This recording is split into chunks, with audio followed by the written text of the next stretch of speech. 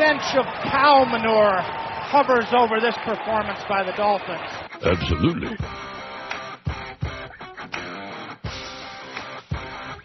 Astronaut woman, stay away from me. Astronaut woman, no stalking, please.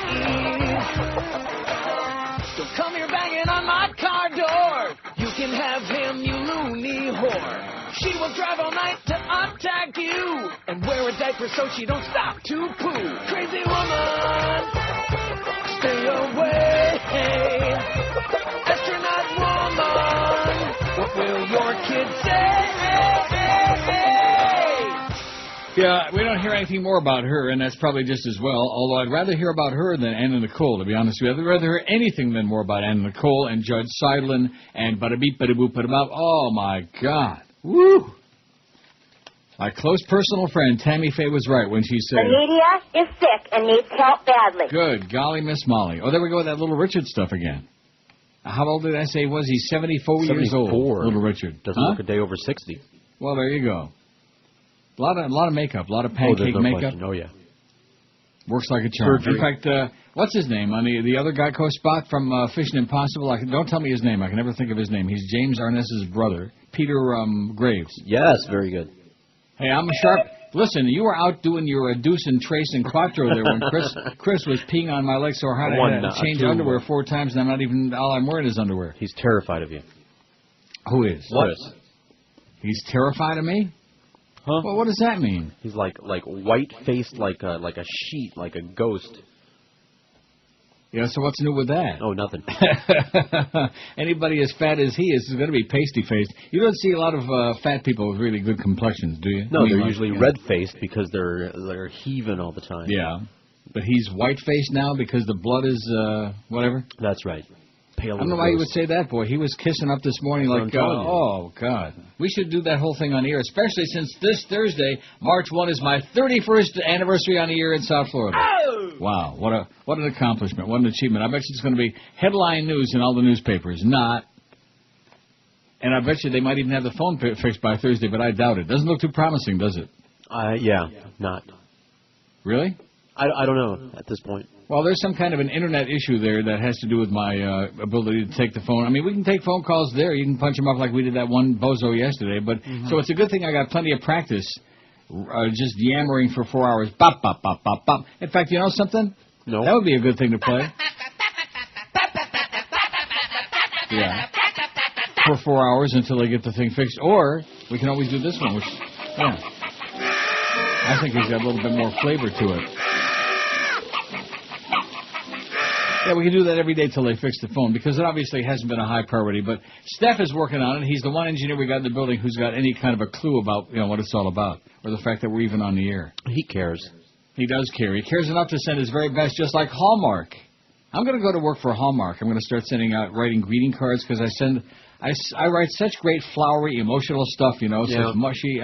I'd be good at that, working for Hallmark. What we need is somebody to write accurate cards, because I can never find something for Mother's Day or Valentine's Day. That expresses the hatred, the contempt that you have for these women in your life? Or the ambivalence, like, hey, here's a card, it's more than you deserve. Here's a card, bitch. How would that be for that would be a nice cover page. Yeah. Here's a card, bitch. I'm doing more for you than you're doing for me. Stick it where the moon don't shine. I'm a nice guy, so you get a card, Not because you deserve it, but because I'm nice. So anyway, Chris says the show's been on fire the last couple of weeks, and even he and Josh Cordes were commenting. Of course, Josh is sucking up because I got him that Flavor Wave oven, $100 out of my own pocket. That's because I'm a wonderful guy. See, you're not supposed to say that, but nobody else is going to say it, so I'll say it. I'm a wonderful guy. I'm generous, I'm loving, I'm kind, I'm decent, I'm human, I'm all these things. And, of course, one of the things that management has never understood at any station I've ever worked at, since I've been doing talk radio for the last 100 years, is that your ability to do a show, to do a really good show, is connected, is directly linked to your psychological frame of mind. Right. So the last couple of weeks, Chris says the show has been on fire. It's been great. And that's because I'm in a great frame of mind. I'm a happy camper. I really am. Isn't that what you said, Chris, when you were kissing my ass when George was out there on a crapper? Yes. And even Josh Cordes said that. I'm surprised that he listens back there. Well, he loves you. What? You know he loves you. He listens back there with headphones. So as not to be distracted, I'm telling you.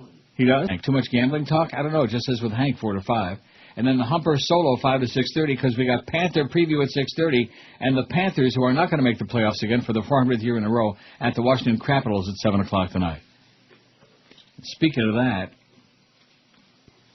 we got all kinds of stuff. Now, did Clarence show up again in the building, or is he on the way to that basketball? He is there this morning. Sure. So they get a caller on the square table, and don't get me started about the different segments, because you were telling me the other day that the morning shows now, because I'm an old fuddy-duddy, I'm out of the loop. And what do I know about radio anyway? Right. But that the new deal with most of the morning shows, like the FM morning shows, is they all have to have prefabricated segments. Like between 7:10 and 7:15, we do this thing every day, and then which to me is just. It has to be something that you can promote ahead of time, like coming up at blah blah blah. It's going to be the blah blah blah. Buy or not buy. The feature, the segment. It's got to have a name. Hooker or not hooker, That's right? Hooky or not hooky, stuff like that. Yes. So anyway, on the square table, they got this guy. I'm pretty sure his name was Russ. Because, until you get in there, I'm sitting here twiddling my thumbs and... enjoying the show. Enjoying... wanting to kill myself. Why do you say enjoying that show? Why do you say that? Huh? That gay or not gay thing, I mean... You should be able to weigh in on that. Yeah, I could lay in on that. I'd like to lay into them. You should have a permanent seat at the long table. Well, why don't they do a segment called Black or Not Black, or Jew or not Jew? What a great idea. And you could have talk about people like Barack Obama. Next Monday morning, yeah. Right? Black Paula or not Abdul, black. what is she? Mariah Carey? Yeah, that's great. Phil Hendry did it already, but hey. So anyway, we get to the square table. And here's one of the contestants on the phone, and one of the questions, one of the 85 questions, besides who's got the best ass and who's got the longest whatever. The question was, if you had a chance to meet any president, living or dead, who would it be? So immediately came to my mind was FDR, Roosevelt. I would think, that would be really. Although I wouldn't want to inhale all the cigarette smoke, You seen all those pictures of him with the cigarette holder? Sure, looking like the penguin. Do the Russians still do that? Oh, there's the phone. It must be that it's Boca Brian thing. Old-timey thing, like, from the 20s or whatever. Yeah. A cigarette holder. But nobody does that anymore. Yeah, I don't know what the Russians... I know they hold their cigarettes backwards. Now, what was the purpose of that? Was that supposed to be like an extra filter so you didn't get as big of a tumor in your lungs, or what was the deal with that? Well, in those days, if I'm not mistaken, they didn't have filters, no, so it was to keep the tobacco from coming, from getting in your mouth. From getting all schmutzy in your mouth. You put a holder in there so you weren't spitting tobacco pieces. Oh, that's classy. Yeah. So anyway, FDR would have been my choice because I thought he was a really fascinating. Of all the presidents, I would have liked to have met him. So anyway, this guy, he answers the question by saying Jerry Ford, and I'm thinking to myself, of all the dumb presidents, aside from the current one, of course, who's dumber than a box of sawdust, but aside from him, the dumbest man on the face of the earth, he may be the dumbest person ever to go into the White House up till the present tenant. Well, maybe Jerry didn't want to ask him any questions. Maybe he just wanted to talk. And then he goes on about the reason being that, he just died and he got a bum rap during his life. And, of course, Kenny's agreeing with this because Kenny will agree with anything the callers say, no matter how outrageous and ridiculous and bigoted and nasty and stupid it might be, especially if it has to do with sports. And the caller's going on about, he was a great athlete at Michigan and blah, blah, blah. Yeah, he was dumber than he was in Congress for 25 years for Michigan. See, it's easy for people who don't know their history or didn't live through it like I did to talk about Jerry Ford and how brilliant or how much they'd like to meet him. Not brilliant. They just want to meet him. It would be like meeting a brick wall, like talking to a fire hydrant. Like squatting on it. What is that, Jerry Ford? And then, of course, the hosts weigh in about, and Kimba. Kimba, of course, being the ex-jock that he is. Oh, yeah, he was All-America. That's why I'd like to meet him, because he once wore a jockstrap. The sports fraternity are a bunch of lunatics, and we're like drowning in the middle of it. We're like drowning in a sea of sports manure. You know what I'm saying? Sports minutia and sports manure. Oh, my God. It drives me up the wall. Can you imagine even anybody wanting to meet Jerry Ford? Although I guess he might still be at least a little bit warm. Not too much, but maybe a little, huh? We'll put him in the microwave. Yeah. We got 787 on today's poll. That's good, although it's pretty lopsided. Or is that lopsided? Pretty one-sided. But we'll get to that momentarily. Got the schedule all underway. We got everything cooking except the damn phones, man. Now, what about your thing? You can't even punch up a dial tone yet? We'll fix it during the break. Yeah, smack it a little bit during the break. Neil Rogers. On the next 24, Jack Bauer takes a much-needed rest after saving the world all by himself every stinking week. But who will protect us from the danger of cartoons? Why, it's none other than the mayor of Boston himself, Tom Menino. It all started when Boston Blackie and I were on the trail of alien cartoons. I think this is an actual alien footprint. Well, I knew it. They came here to terrorize my city. We are Moonanites from the inner core of the moon. You're not going to terrorize my city, you moody honeymoon or whatever you are. I am McNignock. Cartoons like you warp the minds of my children. Yeah, I personally never understood such things. You will be destroyed. Don't you think I know that? You're going down. The explosion will be of extraordinary magnitude. Well, irregardless, you made my paranoia cost the city of Boston millions of dollars, and justice will prevail. On the moon, nerds get their pants pulled down and they are spanked with moon rocks. Hey, that guy over there, the leader of your terrorist cell. I am Audi 5000. Ciao. Okay, 10:18 at 560 WQAM. So I'm in a great mood. Everything is wonderful. Chris and Josh are saying the show is smoking lately, and we're kicking ass, and bada-beep, bada-boop, bada-bum. And that and 40 cents will get you about a third of a cup of coffee because the phone doesn't work. And we've only got 3 dropouts on the internet streaming so far. It's 10:18. That's not too bad, I guess, huh? Not at all. For us. Oh, don't tell me you're eating Howie's again. Yeah, I just finished. Not grouper fingers. Groper fingers? No, I had a medianoche this time.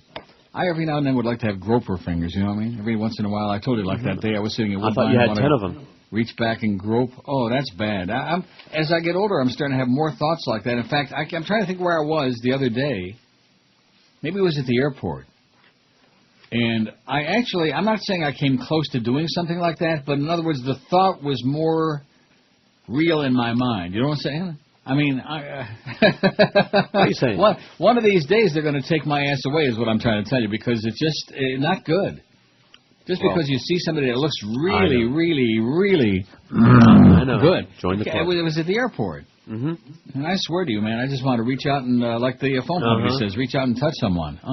Reach out and but anyway, because when I first came up here, there's some sensational cigar shops around. And, of course, here you can buy the real Cuban cigars, whatever you want. Because they're not like all uptight like America about anything from Cuba. Oh, it's Cuba, Cuba, Cuba. Yeah, all that crap. They're not all uptight about anything. But at any rate, so that was, and then I realized that it was making my blood pressure go up, and my throat just tears up my throat. And you know how the 2 minor strokes that I had? I don't want my friend Derek to feel bad about this, but both those strokes came about after smoking. You know, I told you one time he used to bring me those tins of those little cigarettes. I mean, cigars that are like cigarettes, but they're like in a tin. What do they call that brand? I forget the brand of. They're really good, too. Like whiffs. Yeah, they're kind of like that. Whiffs, Quiff. Yeah. But at any rate, and then both my TIAs came on the heels of smoking a bunch of those at the track. Huh. Don't feel bad about it, Derek. Okay, I'm no fat rich. Meal 31. That should have been right up there with sex. How about a great meal and then some sex, and then some more meals, and then maybe a little bit more sex. How about meals while you're having sex? Yeah, like I said, on your last day, might as well. I mean, no sense holding anything back for like the future. 833 votes on the poll. I won't vote. This could be one of the most lopsided polls we've ever had in our lives. Oh, there's a swearing ceremony for John Negroponte. There's Condom Lisa. Boy, she makes me. I see that gap in her teeth, and I look at her, and I just want to scream. Anyway, I won't vote for a presidential candidate who is a member of the Bush family, 571. Almost 70%. So there you go, Jeffster, you fat-ass ex-governor jackass. In fact, I like our new gay governor even better than, of course, I'd like anybody better than fat-ass Jeb. Member of the Bush family, 577. I have no prejudices against anybody who runs 74. Right. See, that's our audience, man. Totally unprejudiced. We believe you. Not. A black 28. That's good for Barack Obama. Oh, no, wait a minute. I won't vote. That's not good. A black 28. Well, that's only 3%. A Republican 25. I hate this poll 25. Only 2.9%. It's a good poll. And by the way, Charlie B., thank you for sending in another 400 polls the last couple of days. He's a busy beaver, man. He's out of control with the poll.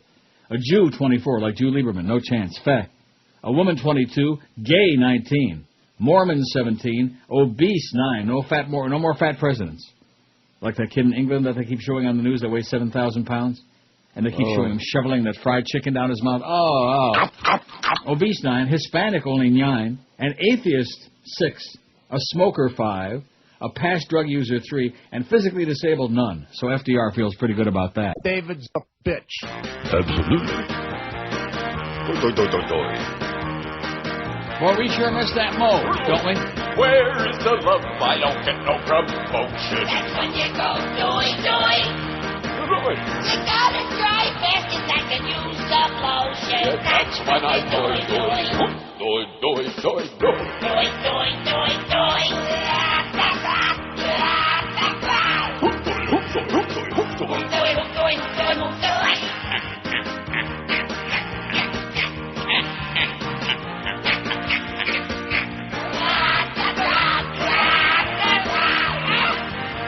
Sport hoes don't got no sense of humor. That's when you go doi. That's 'cause your body has a cancerous tumor. Doi.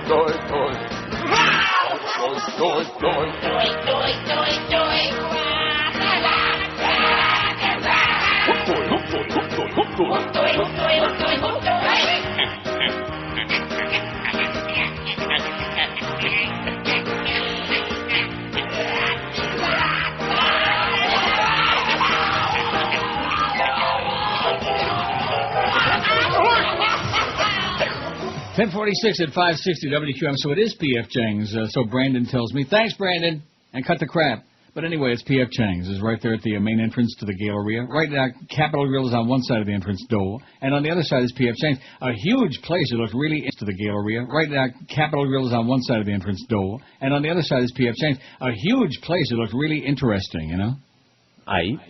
Well, maybe somebody will tell me about if it's a really good place. You ever hear of it? I've heard of it, and it goes to show you what tremendous memory I've got, even at my advanced age. It's already Tuesday, and I stood there and saw it on Saturday. So let's see, Sunday, Monday, 3 days later, and he still remembers. Oh! How do you like that? What? You know what I'm saying, but you never heard of it? Oh, yeah, I've heard of it.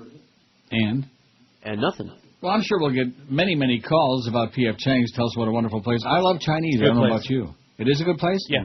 Well, you haven't been. Is it a chain, I guess? Yes.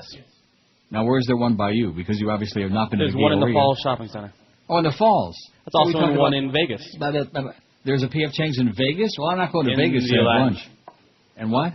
In the Aladdin. Oh, in the Aladdin. Oh, the new Aladdin as opposed to the old Aladdin that they tore down. The old Aladdin was one of the dumpiest places, and that's why they tore it down. See, there's one thing about Vegas, man. When your place gets to be a dumpy, frumpy place, they just blow it up and they tear it down and they build a new one. Let's see. Breaking. Miami come for the sun, get beat down by police. Oh, look at this. Where is this from? Oh, from MiamiNights.com. On the Miami Nights blog yesterday, somebody faxed this in. Wow.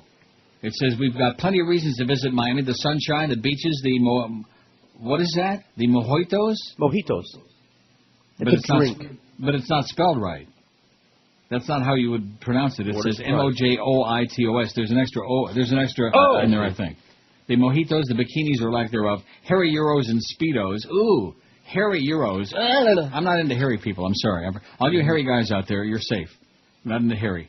And the list goes on and on. But there's one thing that makes Miami stand out, and the one thing that all Miami residents know makes us numero uno in this great country, our raging, corrupt Miami Police Department, it says. Go to the other page here. With great pride, Miamians brave the mean streets of this great city, knowing each day they could get shot by a cop and have a gun planted at their corpse, arrested at a red light, have a dirty cop find a bag of coke in your pockets, or just plain beat the Schmidt out of you for taking pictures. And that's what happened to Miami photographer Raging Miami last week while photographing MPD on Biscayne Boulevard. It says, I ended up spending 16 hours in the Dade County Jail, a rat-infested institution that is more like Abu Ghraib than American grade. If you've ever spent any time in D.C. jail, you know that it's hell on earth. Abu Ghraib seems like a very reasonable parallel to compare it to. I spent 10-plus hours in D.C. jail last year, and believe you me, never want to be in that disease-infested crack house ever, it says. That was the least of ragged in Miami's worries, though. As the story goes, he approached 5 Miami police officers that were surrounding a lone man on Biscayne. The officers told him to keep walking as this was a private matter. As any good American with a camera knows, when an officer tells you it's a private matter on a public street, you know damn well they're going to do something wrong. When Raging in Miami refused to keep walking, stating he was on a public street and well within his First Amendment rights, the 5 officers surrounded him and beat-down pursued. Like a page out of the Rodney King beating, in L.A., the innocent photographer was slammed against the pavement, even though I offered no resistance, causing a deep abrasion on my right knee. One officer grabbed me by the back of the head and repeatedly bashed my forehead against the sidewalk, causing abrasions and swelling to the right side of my forehead. Another officer grabbed my right hand and bent it backward at a 90-degree angle, causing me to scream out in pain and continuing to do so even after the handcuffs were placed on me. As I verbally protested, one officer threatened me with a taser gun if I didn't stop talking. Shut up! Or else. It's America, man. It says, anyone remember the FTAA protest in 03? We certainly do. It says, I do. I was there.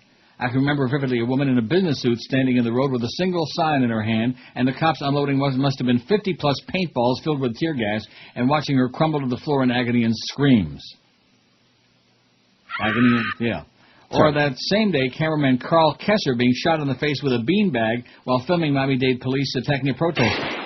So it's no surprise that Raging, or whatever his name was brutalized by our fine men in uniform, crossed out. And then he writes, corrupt men in blue.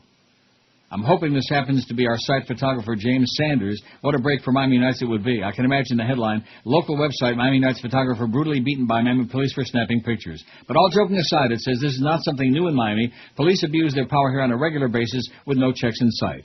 Maybe it's because the citizenry doesn't stand up and protest the broad powers our city officials give these pigs. Do we need more examples of police brutality before we demand they be held accountable to the same laws that we abide by? The MPD, Miami Police Department, has been on far too long a leash for far too many years, it says. It's high time we shortened it and reminded them that they serve us, not their self-interest and lust for power. We'll keep you updated as this story progresses, says this blog, MiamiNights.com. How do you like that? I can't believe that. Can you in Miami? Everywhere. Police doing all that hanky-spanky? I can't even believe it. But at any rate, par for the course. And you think the public's going to rise up and protest? Right, sure they are. Here's the poll. It says, I won't vote for a presidential candidate who is. We got 918 votes. There's Rob Marciano looking pretty good. Take some clothes off, Rob. Let's see what you got. Take your jacket and shirt off, anyway. Wouldn't that be good? Or what about the naked weather people? Just watch it. That'd be You're going to start with that, like the morning show kind of filth now that you're going to do, huh? Hey, I know where the line is. Huh? I know where it is. It's big and bold and clear. What is? Rob Marciano? So, yeah. Did you say big and bold and queer? Is that what you said? Yeah. I said, you mo? 920 votes. I won't vote for a presidential candidate who is a member of the Bush family. He's got two-thirds, 615 votes. So, Jebster, this crowd says, bye-bye, no chance. Like John McLaughlin on that McLaughlin report. Bye-bye. I got to play that. I got to play that, yeah. I might just have to do it. Won't vote for a presidential candidate. Well, here's one that says, I have no prejudice against anyone who runs. 77. Well, thank God for all you open-minded people out there. We just love you, even though most of you are liars. There might be a few. A Republican, 40. A black, 32. I hate this poll, 27. Now, does it have to be a real black, or can it be like a make-believe black, like a Barack Obama, like that? The non-blacks, they don't make the distinction. Oh. I hate this poll, 27, only 2.9%. Won't vote for a candidate who's a woman, 27. Bad news for you, Swillery. A Jew, 26. Gay, 21. Not that you'd never know. A Mormon, 19. A Hispanic, 11. Obese, 9. No fat president. We want them to be good athletes like Jerry Ford. I still can't get over the stupidity of the jock crowd. I mean, what would you expect them to be? Intelligent? Thoughtful? Insightful? Morons, most of them. I mean, I would like to meet Jerry Ford because he was given a bum rap and he was a great All-American athlete at Michigan. Dumber than a toad. Anyway, Hispanic 11, obese 9, atheist 8, God forbid. Smoker 5, a past drug user 3, and physically disabled so far has got the big. Oh! And that's because they remember FDR. Not. If you even ask, if you were going like into Dayland Mall right now and you found anybody that spoke English, which is unlikely. Although you could do it in Espanol because you speak about 10 words still. Yeah. 8. You went in there and said, KS FDR. Look, you could go to the most Anglo mall in town. You could go to that question. You could go to the nearest high school.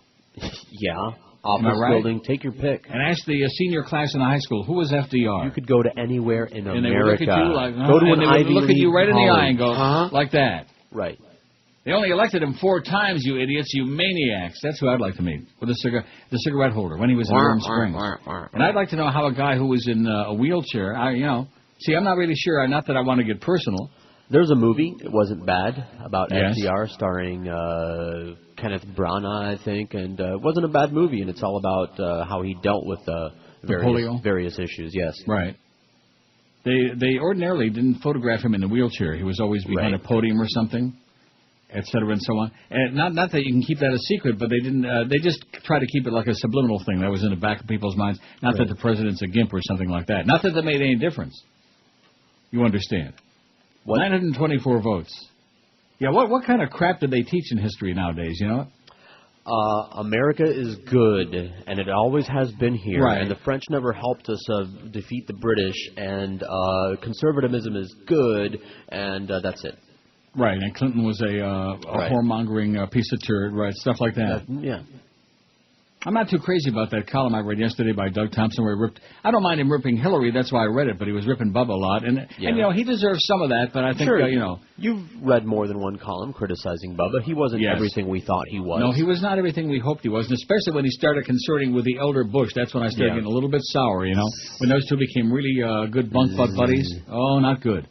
Well, he's got to hang out with somebody. I mean, Swillery, she's got her own issues, you know? Oh, he's got plenty of people to hang out with. Yeah, I'm sure he does. Even at this point. Maybe that's why he needed that heart, that operation he had. Yeah? Yeah. Heart, I said. Oh, okay. 9:26 on the pool. By 11:30, we'll have 1,000 licked or thereabouts. Man, what more could you like? We got Eddie K for the Mad Dog. Mad Dog will be back Thursday, by the way, just in time for that big anniversary show. Oh! Man, we got some plans. There's going to be balloons and party favors and nothing, like the 30th anniversary last year. Do you think I'm even going to get like a card from them or something? 30 years on the air. Wouldn't you think that would be like a major milestone? Well, that was last year. I know, that's what I'm talking about last year. I never even got a card from them, from the radio station, saying, hey, congratulations. I mean, I understand it's, you know, it's 1,200 miles away, and I'm sitting here in my underwear, and I'm looking out, and it's freezing out there, and whatever, and there's a little snow on the ground. But nevertheless. They could have sent you an e-card. That's right. That would have been nice. Saying happy anniversary to you, you old fag bastard, or whatever. You know, it doesn't have to be pleasant. I'm the Hallmark greeting card guy with all the mushy stuff. They could have written me some hostile, nasty thing. Happy bastard, you old queen, you silly old emotional queen. Whatever, like that, you know. I heard Joe's sending you a Chippendale congratulations gram or whatever. You know, I'm going to tell you this story. And I think George was there, I'm not sure. Yes, I was. I was embarrassed along with you. I'm going to tell you the story after the break about one of my anniversaries. Was it a birthday or anniversary? It makes no difference at IOD. You want to humiliate and degrade somebody, they knew how to do it. Joe. You fairy. This is your brain. Any questions? Here I stand, a naked man, in the shower stall. All around are photo clowns, staring at my balls. With straight guys talk all the time about men who play games, can't keep their eyes off tied behind, insisting they're not gay. Gay. You've got to hide your heart away. Gay. You've got to hide your heart away. Towel slots and athlete tasses, that straight, gay or bi. Men who talk of other men is a sport hole state of mind. No girls here, just sport hole queers, having fun with the boys. In the locker room I hear boing, boing, boing, boing, boing, boing, boing. You've got to hide your heart away. You've got to hide your heart away. Well, you know what they say. It's all those gay sports writers. They're the ones that made a big story about that. That's right. Seriously, if you want to hear some of the most stupid commentary in the history of mankind, it's the Kenny and Bo Morning Show, morning 7 to 10, exclusively on QAM. You got to hand that to them, man. They come up with some of the most bizarre crap. So anyway, getting back to this story at IOD, since this is this big, you know, I mean, to me it is. The audience has never really thought that these anniversaries were a big deal, you know. To me, it is. I mean, well, it's like you say when you hear the audio from City Pulse News on coming through, and you know I'm here every morning. That in itself is a miracle. Yeah. Let's do this every day, all day. Oh! Oh, sorry, can't say dude.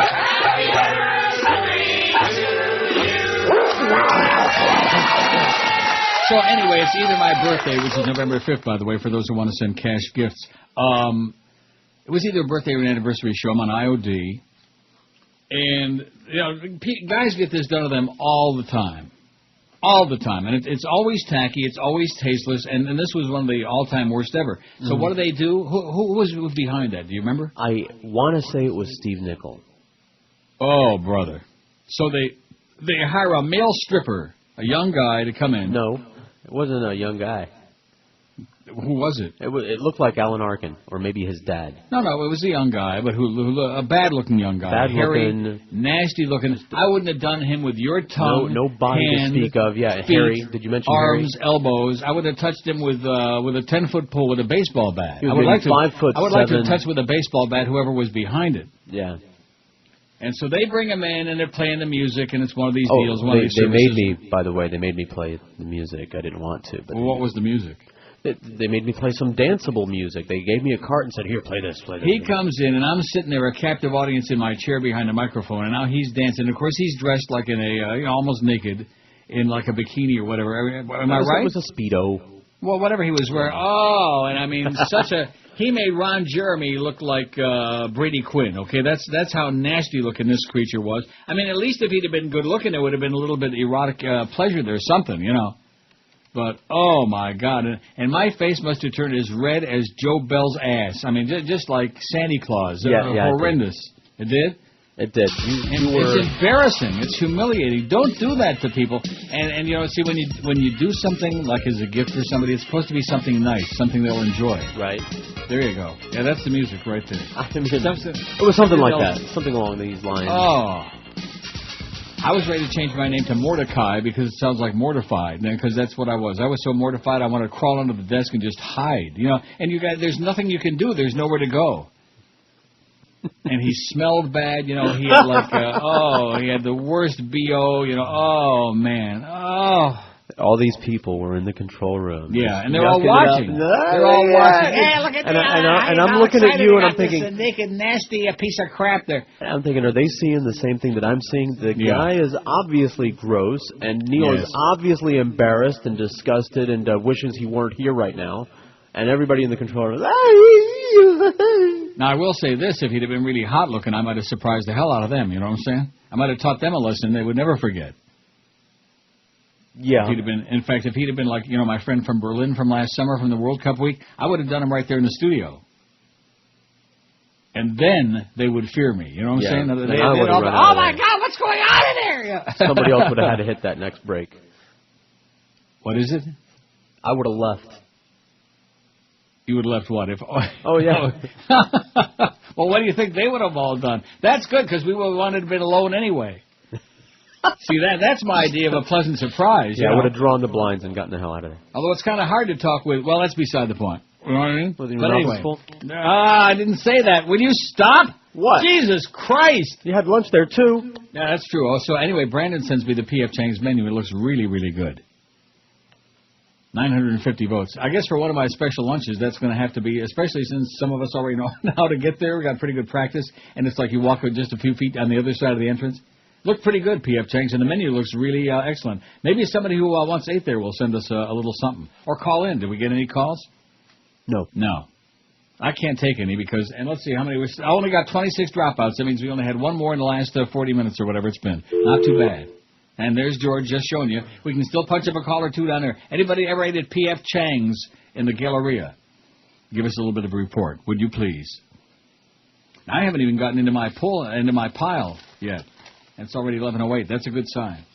Because on the week when you're supposed to have your anniversary show, at least they're not going to be all goosey about it. 31st anniversary? What kind of a number is that, Neil? What's the big deal? You want us to get all excited about that? Yeah. Call us back when it gets to be 40, and then maybe we'll do something for you.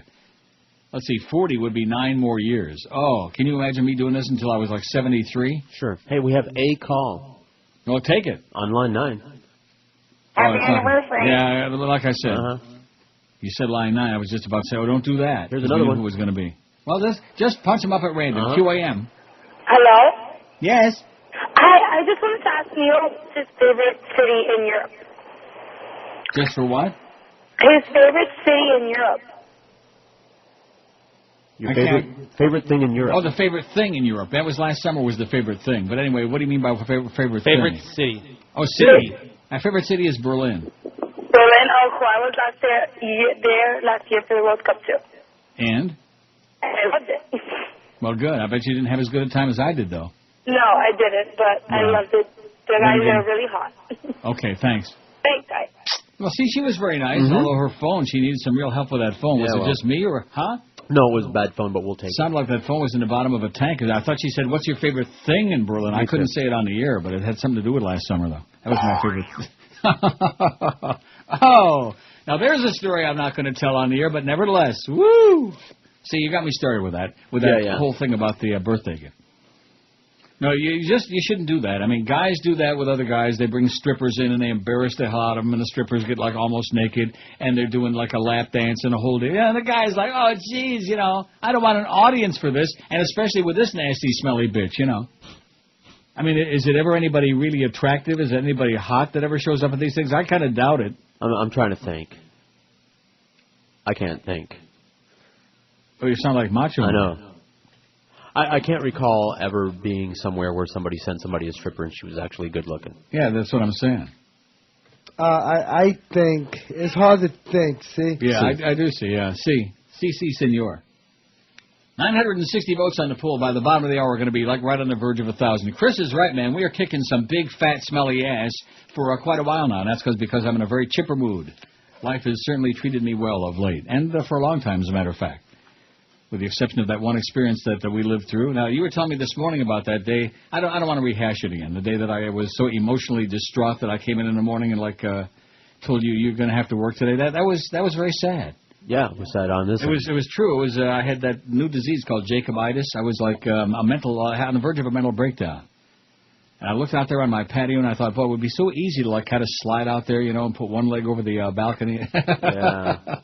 You would have felt so stupid on the way down.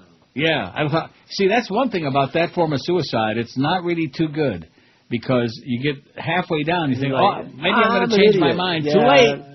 Can't change your mind. That's the quick. If you're going to do it, not a good idea. I'm not suggesting anybody out there blow their brains out, unless they're in politics. But nevertheless, that's a good way. And like poison is not good. People that take like arsenic without the old lace. Yeah. And the hanging thing. I don't know how guys... Yeah, well, what was that movie? Wasn't that an American... no, what was... I can't think of the name of that movie for crying out loud. Describe it. Hum a few bars. No, the one we were talking about the other day with James Van Der Beek. It's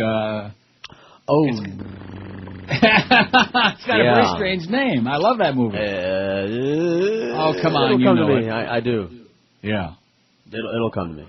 It's got a very unusual name. But anyway, didn't he try? He tried to hang himself in there, and then of course, on all these teenage movies, they try to hang themselves in there, and the thing comes flopping out of the ceiling, and he falls on his ass, etc. And ha ha ha, like that.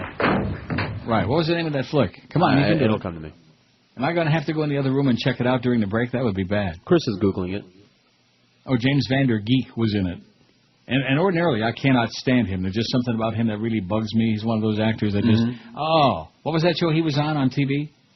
Dawson's Creek. Dawson's Creek. I never watched a minute of it. I got a crick in my neck when I tried to watch that, and I turned it off right away. I started getting a crick. Like watching the Leafs lose to Montreal last night. It was not a pleasant experience. What is it, Chris? What's the rules of attraction? Yes. Yeah, that's it. Oh, it couldn't possibly be that. Lollipop, little boy. Jesus Christ, Scientology. That's what they say Tom Cruise will be. He'll tell you that you're glib and then turn water to wine. Jump on Oprah's couch and then heal the blind. Make more loaves and fishes when there aren't any left. Are these things all miracles or special effects? Jesus Christ of Scientology. That's what they say Tom Cruise will be. Jesus Christ of Scientology. Forgive yourself for Mission Impossible 3. Jesus Christ of Scientology. Now we're the game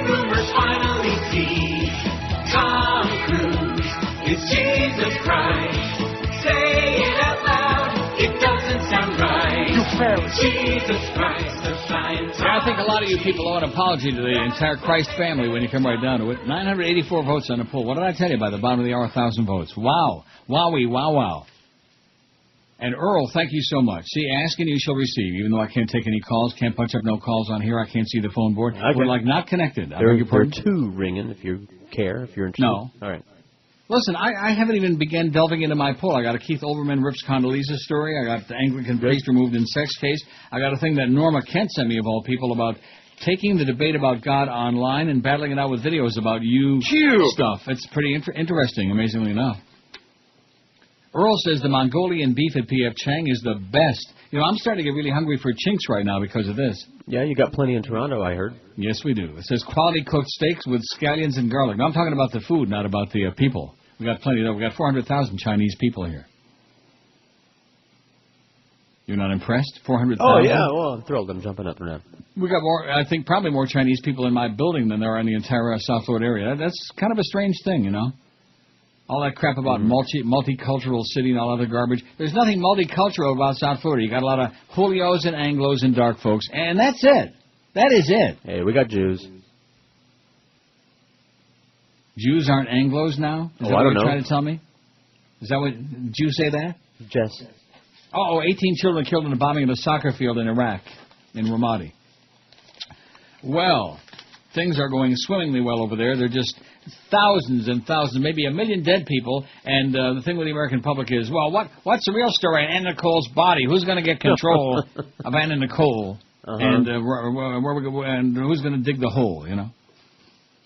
I guess it sounds to me like a lot of people dug it. MSNBC's Keith Olbermann delivered one of his special comments on remarks that Secretary of State Condom Lisa Rice made during an interview on Fox News Sunday, where she compared Saddam Hussein to Adolf Hitler.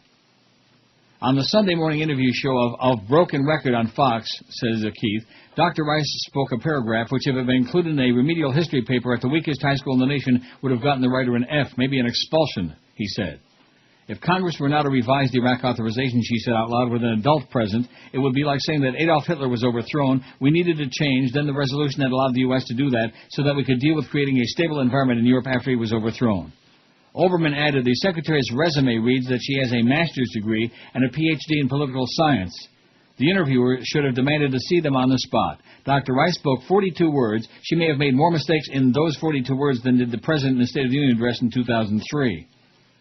There is obviously no mistaking Saddam Hussein for a human being, but nor is there any mistaking him for Adolf Hitler, Olbermann went on, invoking the German dictator who subjugated Europe, who tried to exterminate the Jews, who sought to overtake the world, is not just in the poorest of taste, but in its hyperbole, it insults not merely the victims of the Third Reich, but those in this country who fought and defeated it. Olbermann argues that you can't cherry-pick life, whether life in 2007 or life in the history page marked 1945, and that Rice should at least learn to use the Google. Learn to Google it, honey. Yeah, excellent going, Keith. He's the best. And how come you people aren't watching him every night? Some nights I forget. Well, I was on the phone last night getting a lecture, you know. Bada-beep, bada-boop, bada-boop, you know. I'm so sick and tired of being lectured by people that don't have any idea. I'm tired of it. Hey, you better pay attention. There's going to be a test later. No. 988 votes on the poll. Boy, if we can get to... we got 8 minutes to get another 12 votes on there for... how many we need? 6 votes in 8 minutes. If we can't do that, we're signing off. Only 26 dropouts on the screaming.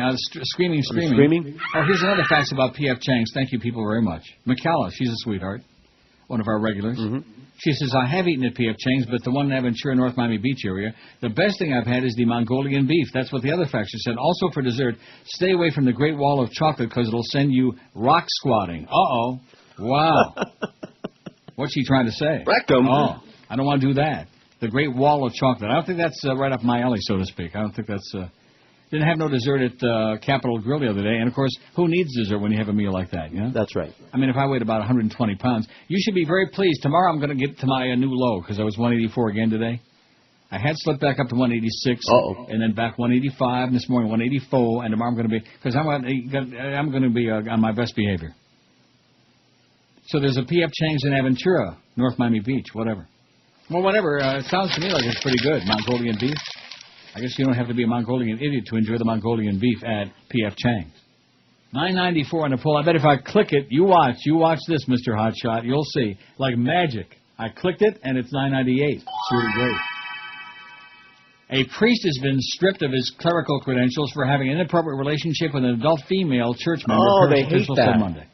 A female. They hate that in the church. I know. If it would have been a male, they would have been much happier. Given him a medal, a free vacation. The Reverend Samuel C. Pasco, a senior rector of Grace Church, this is in Orange Park, was stripped of his ministerial license by the Anglican bishop and removed from his position as a result of a relationship, said the congregation's senior warden, David Nelson. I wonder if he's kin to Ozzy. In fact, wasn't Ricky Nelson's brother named David, right? Take your word for it. You mean to tell me that you don't know from Ozzy and Harriet? I know from Ozzy and Harriet. I know that it existed. They had two sons. I never Ricky watched and it. David. Never David saw was that the odd show. man out. That was before television was invented, wasn't it? No, it was not.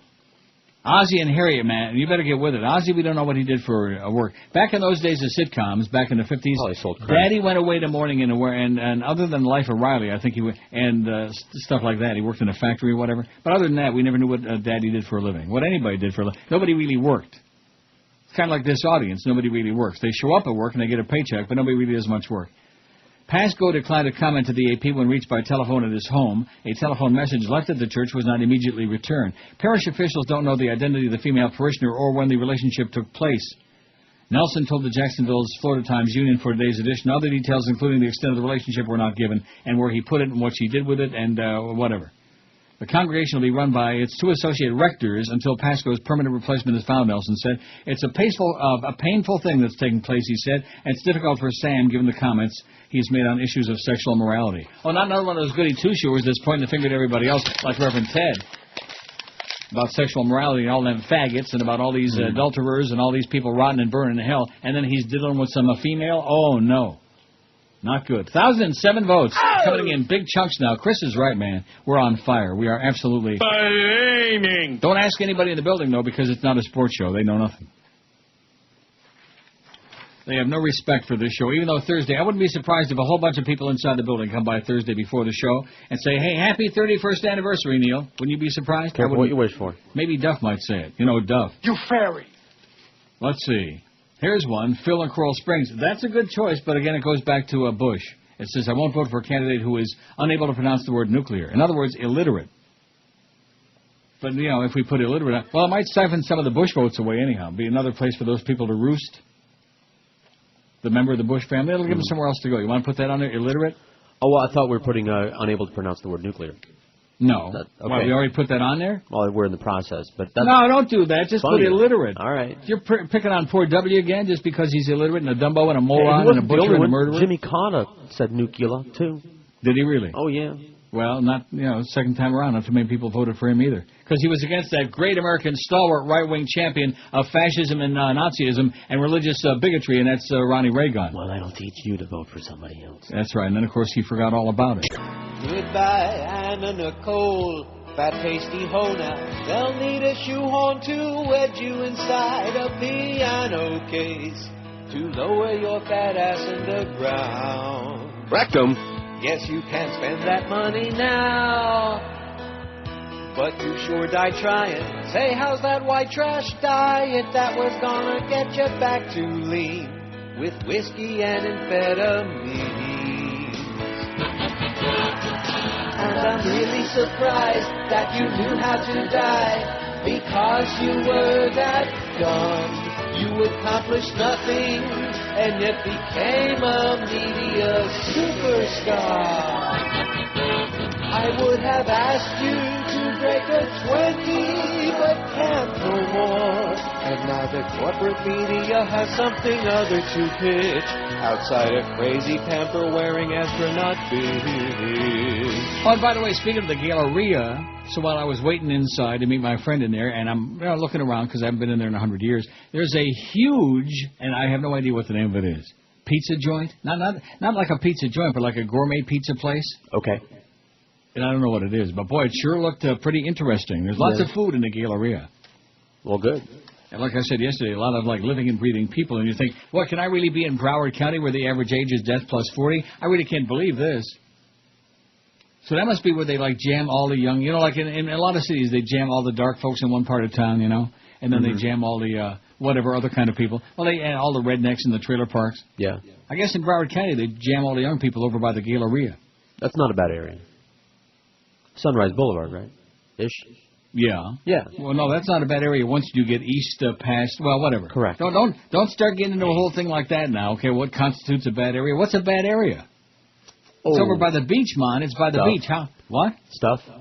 Yeah, stuff. Right. Richard Mostetler writes, now, what is this from? Where does this come from? Looks like the New York Times to me. It looks like that kind of very constipated print. Oh, yeah, it is. It's New York Times. Norma sent me this. Taking the debate about God online and battling it out with videos. I wonder if they're talking about... Nail God! Because there is no other. There is only one. Like he said, like Father Merrin said in The Exorcist. There is only one. Remember that? Yeah, I thought that was in Highlander. No. It was. I never saw Highlander, so I couldn't have been... What are you talking about? It's a joke. They say that in there, too. So why is it a joke? Because it's obviously not what you were talking about. Is he starting to, like, hyperventilate again, Chris? Maybe it's the aroma that put him in a coma. Yeah, that must be No, the good news is that... Having flashbacks. The good news is the tar smell is gone. The bad news is that the roofers must have been doing a pretty crappy job last night because all kind of water peed down through the ceiling and into the building. Oh, just a mess because it rained like hell, you know. And when it rains, it has a habit like water's all around, you know. I know that's very strange. A religious battle is taking place on the Internet with two very different groups arguing over the existence of God. It began in December when Brian Fleming, a 40-year-old filmmaker and playwright based in L.A., started the Blasphemy Challenge, asking people to post videos on YouTube denying the existence of God. In one video, for example, a teenage girl says, I know that the Holy Spirit, Jesus Christ, God, the flying spaghetti monster, pink unicorns, all of these made-up entities do not exist. How about the Tooth Fairy and Sandy Claus? Those who participate at the Fleming site, blasphemychallenge.com, I like that, blasphemychallenge.com, receive a free DVD of the documentary, The God Who Wasn't There. Oh, I got to get that, which Mr. Fleming wrote, directed, and produced. Mr. Fleming, a former evangelical Christian turned atheist, said the DVDs cost him about $25,000. So far, more than 1,000 people have turned on their cameras to deny the existence of God. The Blasphemy Challenge site advises people how to post their videos on YouTube. No, you. Yeah, that's the sports. That's the sports video. Now you shack, me shack to bed we go. YouTube. And how to post their videos on YouTube site. The Fleming site so upset Mike Mickey, a 43-year-old police officer from Christiansburg, Virginia, and Steve Buchanan, a 34-year-old carpenter from Henderson, Kentucky, that they began Challenge Blasphemy with their own website, challengeblasphemy.com. They were asking Christians to praise the Lord with their own videos on YouTube. Or you. Yeah. Mm-hmm. Or you fairy, yeah. In one of their videos, another teenage girl says, I'm making this video to tell people that I believe in the Lord Jesus Christ. He saved me from my sins when I was 8 years old, and I know that He is the living God. Referring to those who have denied the existence of God, Mr. Mickey, a Baptist, said, I pray for their soul salvation and that they'll repent for what they've done. Repent, all you sinners out there, repent. Mm-hmm. Get bent, because it's Lent, and what I meant.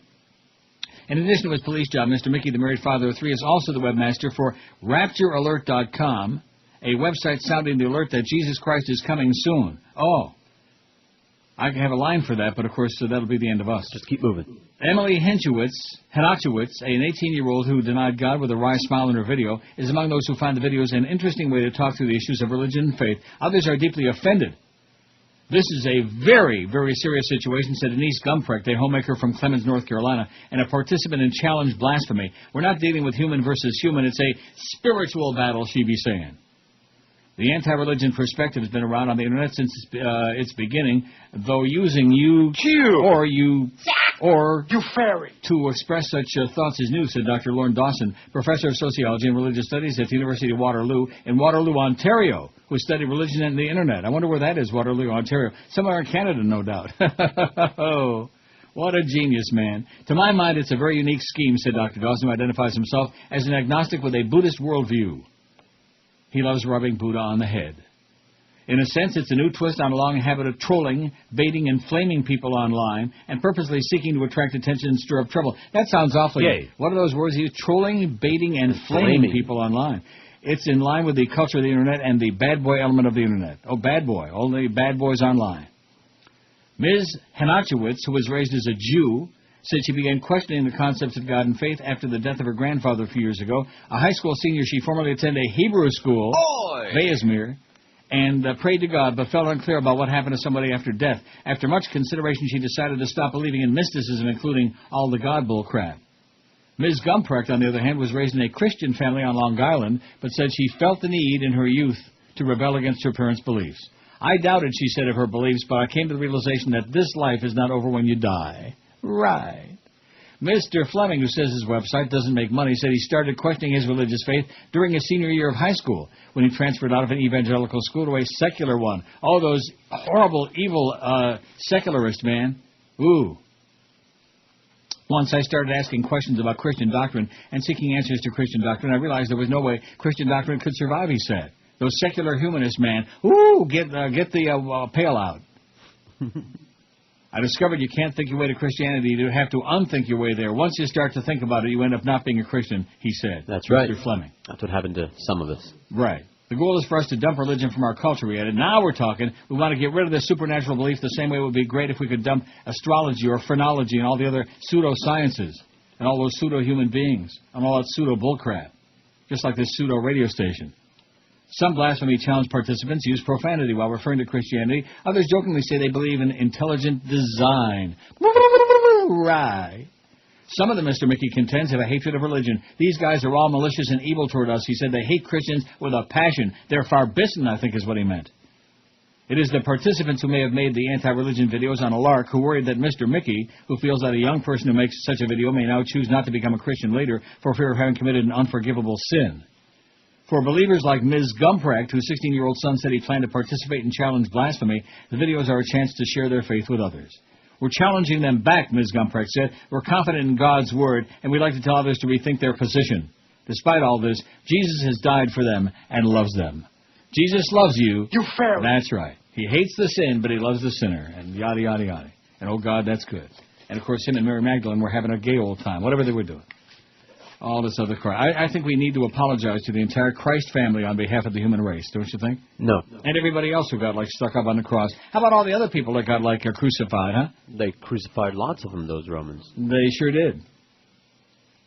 Just like the Saudis with that whole deal there at Chop Chop Square. They're chopping it, baby. And, of course, one thing about the Jews and the Arabs, man, they like to chop it a lot. Spread them and say cheese.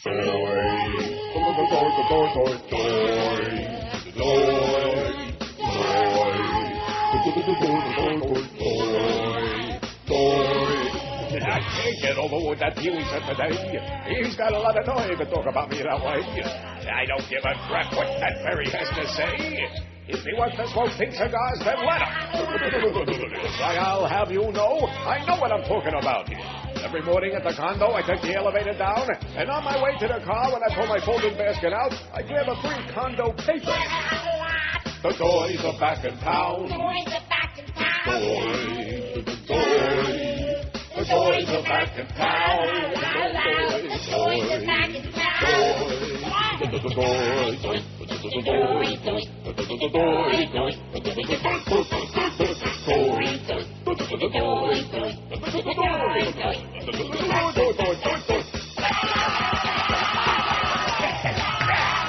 I said the toys are back in town. Why, you little... I'm the god of all you sport old fools. I know everything that's going on in the news. Why, I even know all the new Mahjong rules. I'm hip to the jive, Daddy-O. Too bad you're going back today. It's a better show when I take your place. I know I ain't no Ed Hoyle, but when they drop, my voice will change. You little smoothie.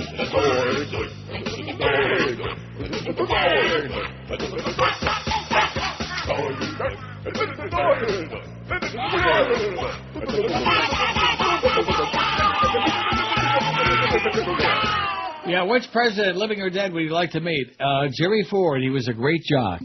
Give me the ball, give me the ball, give me the ball. The jock mentality, man, is a lot scarier than I ever realized before. That's a gay club, you moron. Men who worship other men. Gay. And it don't even have to do with sex, necessarily, although it might. Yeah. Did you let out a sigh? Yeah, I did. Now, have you ever eaten at the California Pizza Kitchen? I can't say that I have. Oh, I've heard good things about it. I heard it's really great. Chris, you know about it? I've never ate there. I've heard about it, but I've never ate there. Heard it's really great is what I heard. So I'm thinking maybe since I'm getting all these suggestions here online, maybe I'll go get me a Chinese pizza today, if there was such a thing, which there's not. Why don't you invent it? Sounds good to me. Now, what do you put on it?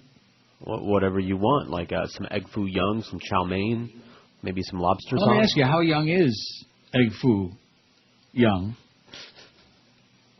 You know what the problem with egg foo young? A lot of Chinese restaurants, well, I don't want to go into it. Oh, the stuff that the Chinese people occasionally put in the food. 1,042 votes. There's no telling. 1,045. They're coming in big fat chunks now, man.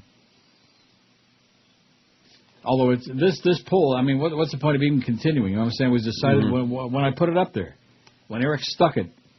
I won't vote for a presidential candidate who is a member of the Bush family. 669, that's 54%, 64%, almost two-thirds of all the votes out of 1,045. 669 say no more Bush. Oop. I have no prejudices against anyone who runs, 94. A Republican, 68. A black, 33. A woman, 32. So you see that? If you look for the Obama and Swillery factor there, it's like side by each. Side by each. I hate this poll has got only... About 30, man. 2.8%. Pretty good. We finally got one they like, I guess. A Jew, 29. No Jews. Gay, 25. And they still won't talk about the fact that Lieberman caused Gore the election in 2000, forgetting about the fixed votes and all the hanging chads and the fixed Supreme Court and stuff like that. Jew Lieberman killed him. All of the red states, all the anti-Semites, you know about that. Gay, 25. A Mormon, 19, like that goofball, Mitt Romney. A Hispanic, 15, like Alberto VO5 Gonzalez, for example. Boy, is he a disgrace or what? I bet you're trying to get rid of him. I beg your pardon? He ain't one of mine. What? He's a beaner. He's a moon-faced beaner, man. He's an engine. Are you starting to be redundant now with that moon-faced beaner crap? Are you picking on the beaners again? Okay, sure. Obese 9. Speaking of beaners, obese. That's because they eat all those beans, man. All those refried, mushy beans. Oh. An atheist 9. A smoker 7. A past drug user 3. Illiterate 2. And physically disabled finally got a vote.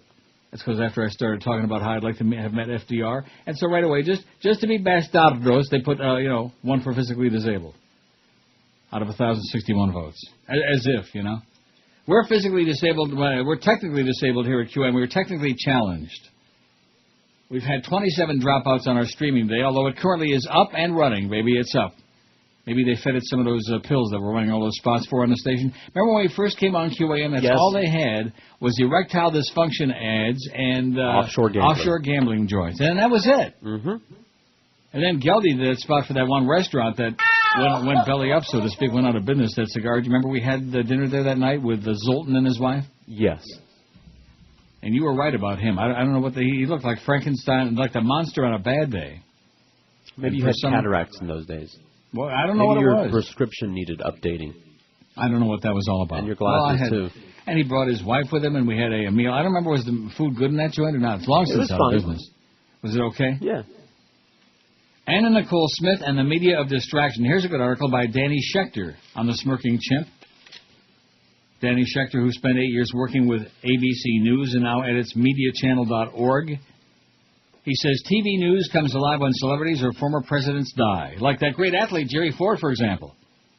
That's the time when news ghouls come out to play. In a week of escalation of war in Iraq, at a time when our presidential campaign was heating up, the Tyndall report of February 22nd counted all the news time devoted to every subject on network news, concluding Anna Nicole Smith ended up with the most total time on all networks combined. Like it or not, she was the story of the day. Every angle was poured over with the gravitas of a UN resolution. CNN's Larry King could have gone 24/7 talking to all the instant experts, including boys who once delivered pizza to her home. I wonder if it was from the California Pizza Kitchen.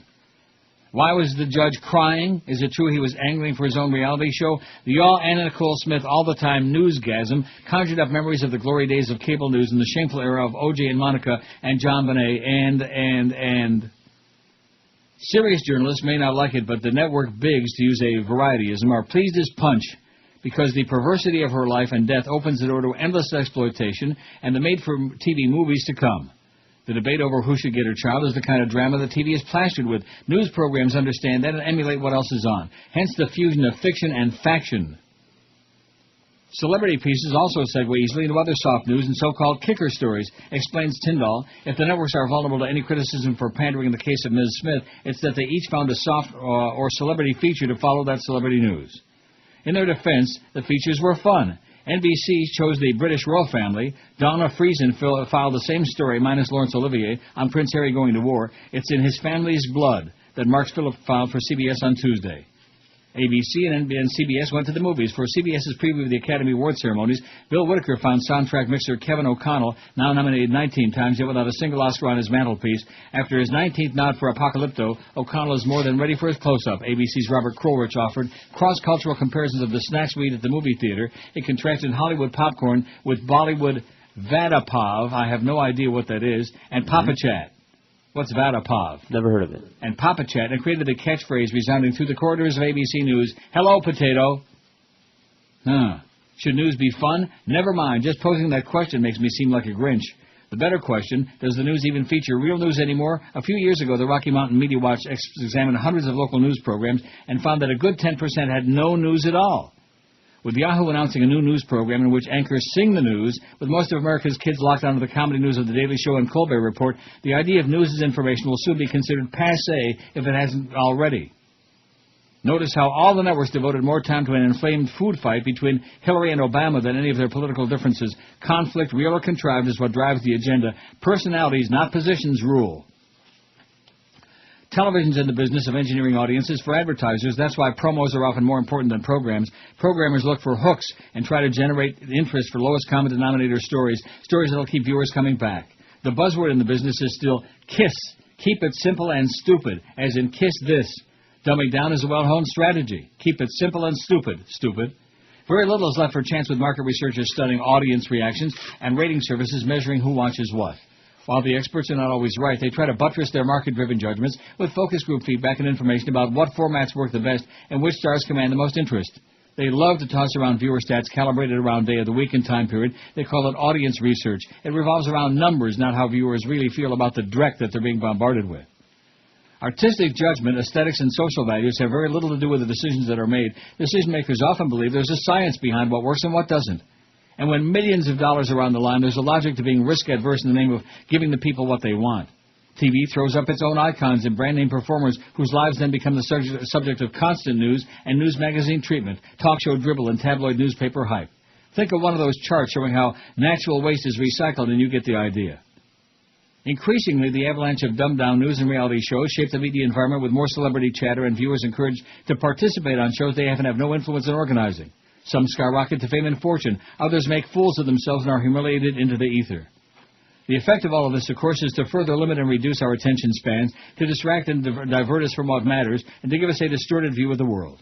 Example from MSNBC.com. A new poll shows Americans are tuned into their own war dead, but underestimate the Iraqi death toll by tens of thousands. Given the coverage, this is not surprising. The FCC just imposed a large fine on Univision for its failure to provide educational programs for children, a company bought by U.S. investors for $12.3 billion. When will they find the other networks for misinforming and undereducating America's adults? This Anna Nicole Smith Uber Allah strategy further torpedoes the notion that an individual's comprehension depends on having context and background. No wonder, then, that there's a constant fluff and foolishness to divert the national agenda away from Iraq or the issues in the battle in Congress to watch live coverage of news hacks in a feeding frenzy when a lawyer named Howard K. Stern enters a courthouse. Don't think this happens by accident. It's the template. It's deliberate. Clearly, if you want news these days, the news is the last place you're going to find it. The news. We don't got no news. That's why here on QAM we don't worry about news. We only worry about sports news. And guess what's coming up at 2 today, by the way, the NHL trading deadline. What? Oh, I better turn off the CNN and get over to TSN, the sports network now, eh? I bet you they got wall-to-wall. They've got there it is. Time in San Jose, and any idea where he might have landed up? Well, where did he take his last bowel movement, and what flavor was it? That's what we want to know. All the jock sniffers all the time. I want to have lunch with Jerry Ford now. Morgan, it's the 12 to 1 hour on QAM. You've seen films about the Irish Mafia and the Russian Mafia.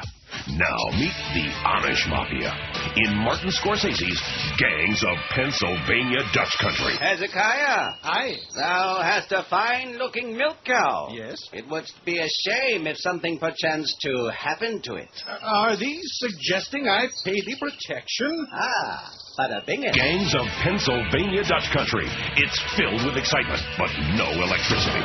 Thou art late on thy interest payments, and I regret that I must break at thy knees with this butter churn. Hast thou forgotten it is a sin to collect on the Sabbath? I beseech thee. Oh, forgiveth my blasphemy. I shall break at thy knees on the morrow. Don't miss the barn-raising suspense of Gangs of Pennsylvania Dutch Country. Put aside thy carpentry, for I cometh to whack thee. Martin Scorsese's Gangs of Pennsylvania Dutch Country, where made guys aren't just made, they're crafted by 1201 hand. at 560 WQM. Don't get diabetic. Don't get fat, because then you'll have to give up all that pizza and all that good stuff and all that ice cream. I'm telling you right now. Because I'm getting tempted reading all these menus and all this stuff online here. It said, not good, man. I'm just going to stop eating. I'm going to wait till I come up with that pill. That's a good idea. What? Just eat a vitamin every day. No food. Oh. I got a comment for you about that, okay? Yeah. Low calorie Only in the word vitamins. this, if you rearrange the letters, I think it'll convey the message that I have for you. Make sure it's a sugar-free vitamin. Eat this. Not that. 1,078 votes on the poll. We're going to have, what, 1,200 a day, do you think?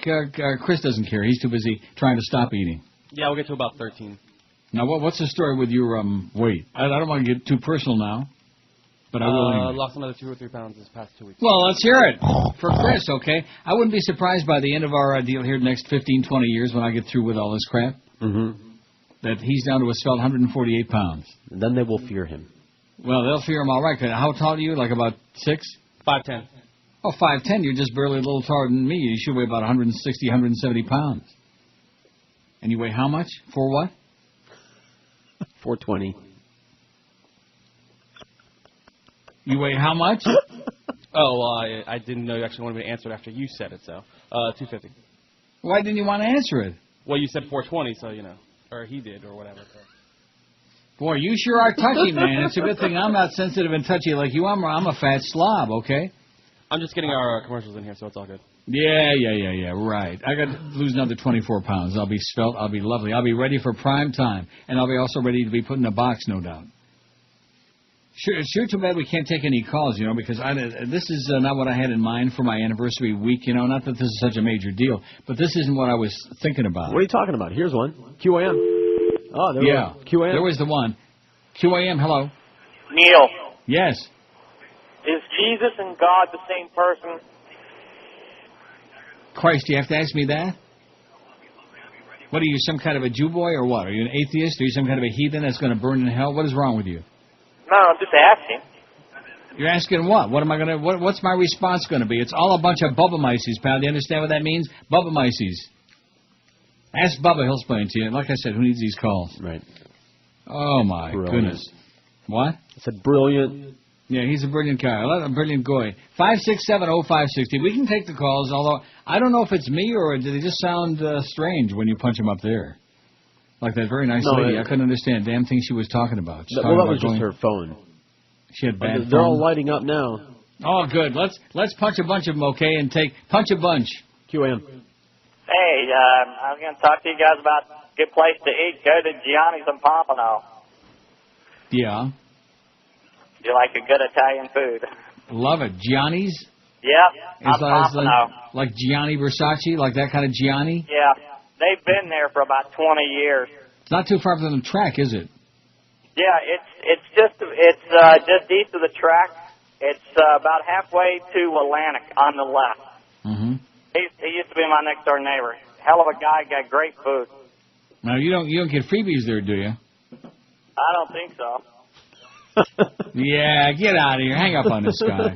I've heard about that place before, too, but, this guy obviously used to be his neighbor. He's getting freebies there. He's siphoning from the well is what he's doing. Who the hell are you kidding, Pally? Johnny, my ass. Punch up another one. Come on, this is really good stuff. QAM, hello. Miramar Pig, 6. Yeah. QAM Cuisine Line. Hello. George?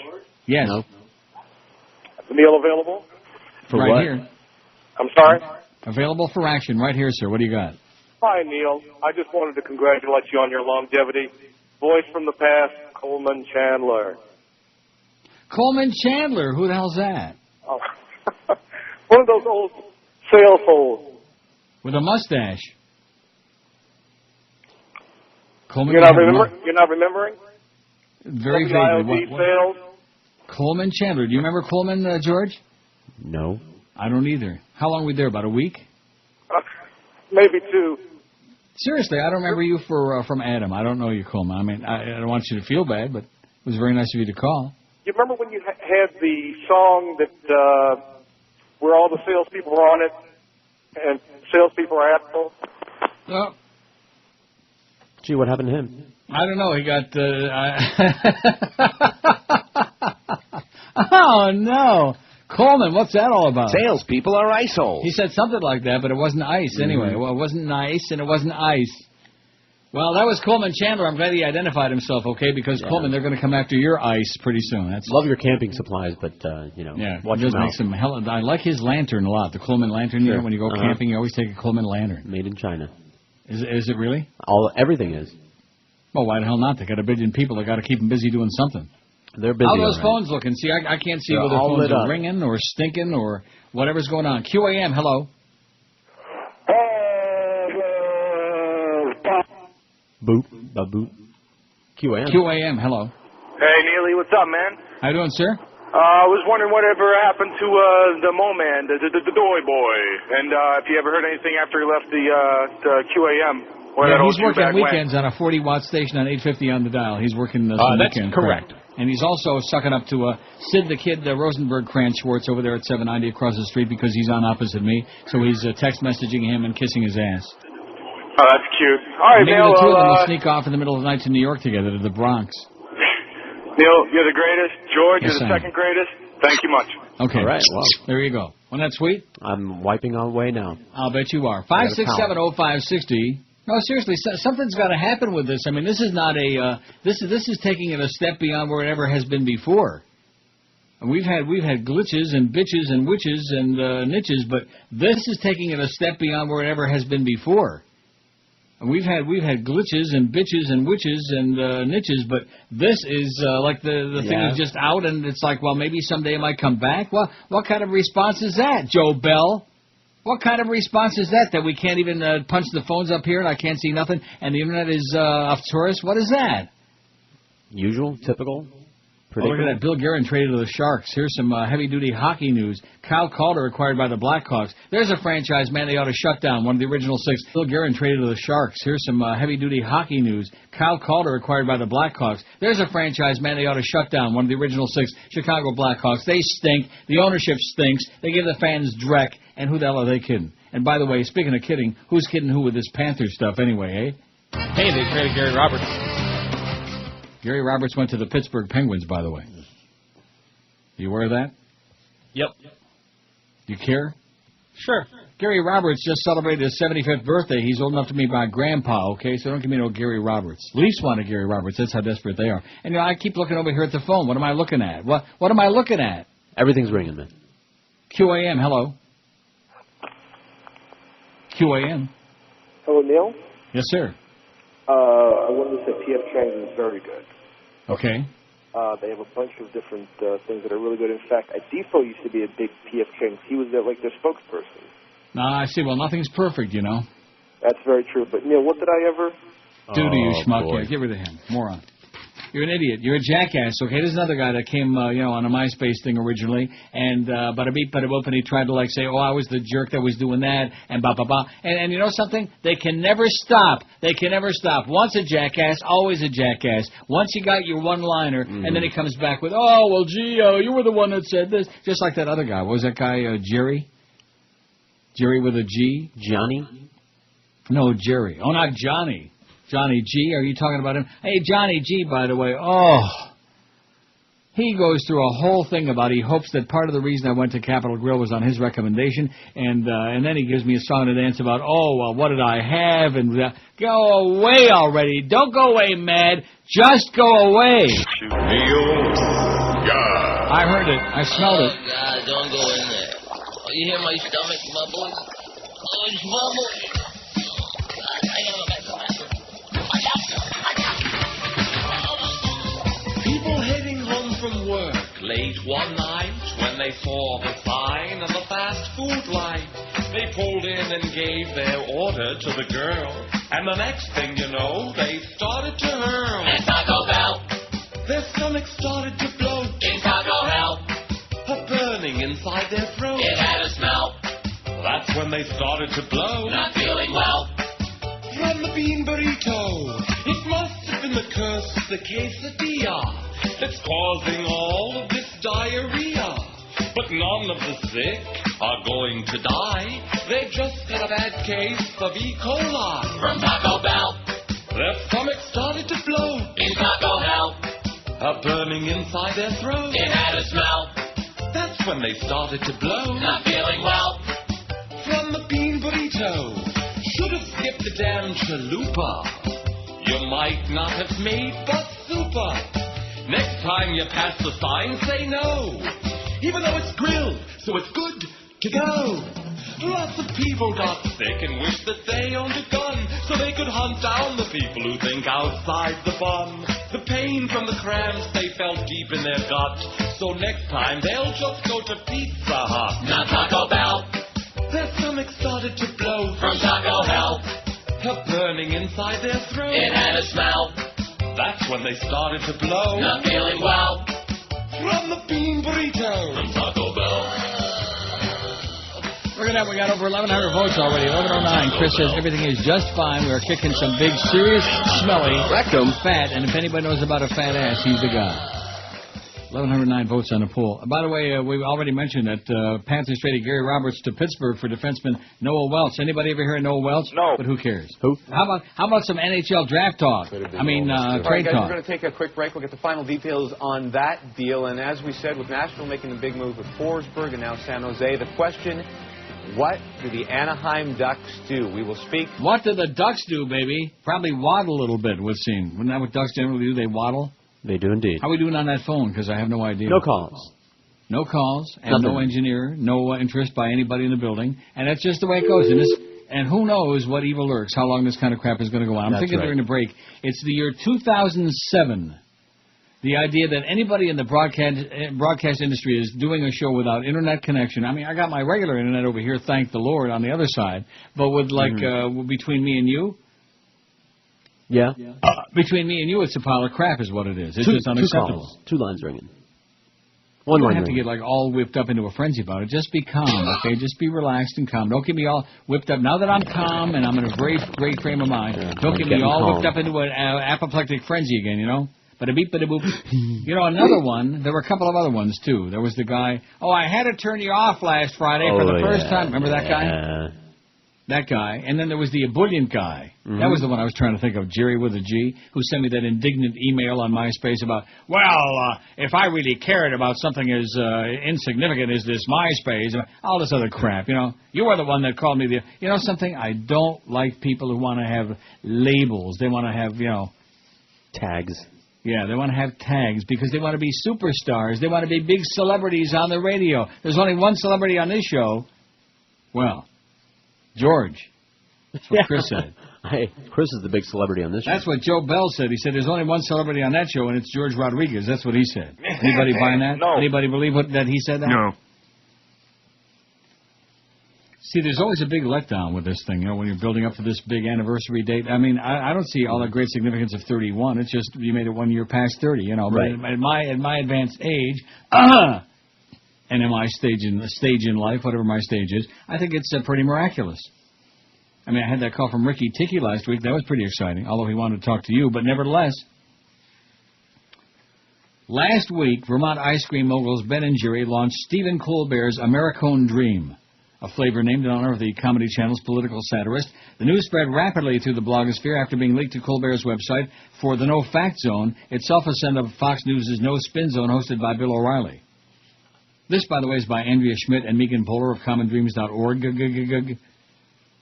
I probably should. Just once in a while I'll read something I don't tell you who it's by, as if the audience knows who these people are. Anybody know who these people are? No, even they don't know who they are. The flavorful online launch raises a worry about the landscape of media democracy. Is this brand of Americone Dream, described as the sweet taste of liberty in your mouth, a sign of a sign of reinvigorated popular of democracy in the U.S.? Or is it a sign of democracy packaged for consumption, politics branded as tasty flavor of the day? In the course of 40 interviews with political bloggers, online video producers, and members of the Daily Show online community, a research project funded by the Social Sciences and Humanities Research Council of Canada, we see two significantly different models of democracy envisioned by new media participants. In short, democracy as megamart versus democracy as town hall. In the megamart model of democracy, an increasing number of voices and broad range of opinions are displayed. Bloggers, journalists, and casual readers browse and consume the ones they like. Most read only 1% of 57 million blogs, technocracy tracks, and most blogs comment primarily on existing mainstream media, rather than producing investigative journalism that might shape domestic and foreign policy. In the megamart vision, the wide range of choice and freedom of expression are most significant, a vision of democracy modeled on American consumer choice. You have a lot of people wagging their tongues and spouting off. It might be totally down a rabbit hole, making no sense at all, or be very poorly expressed, or be incredibly well expressed, but a complete line of BS, said one of our interviewees. But it's what you get with a democracy. It's messy, it's not always fun, but frankly, it's fairly entertaining. Unlike certain shows I can think of, it's fairly entertaining. The megamart model arguably produces an echo chamber, a packaging of the handful of corporate news flavors into 57 million variations, most of which are not adding any new facts to the conversation. Let's not forget that the blogosphere is also one big echo chamber of he said, she said exchanges. No one seems to be coming up with original content these days, writes Jack of all blogs on February the 8th. And another echo chamber problem is the fear that readers merely gravitate to blogs that suit their preconceived political views and filter everything else out. One of the bloggers we interviewed describes the kind of blogging where people are just reinforcing their prejudices and their ideologies and echoing each other, attacking the enemy. Well, what's wrong with that?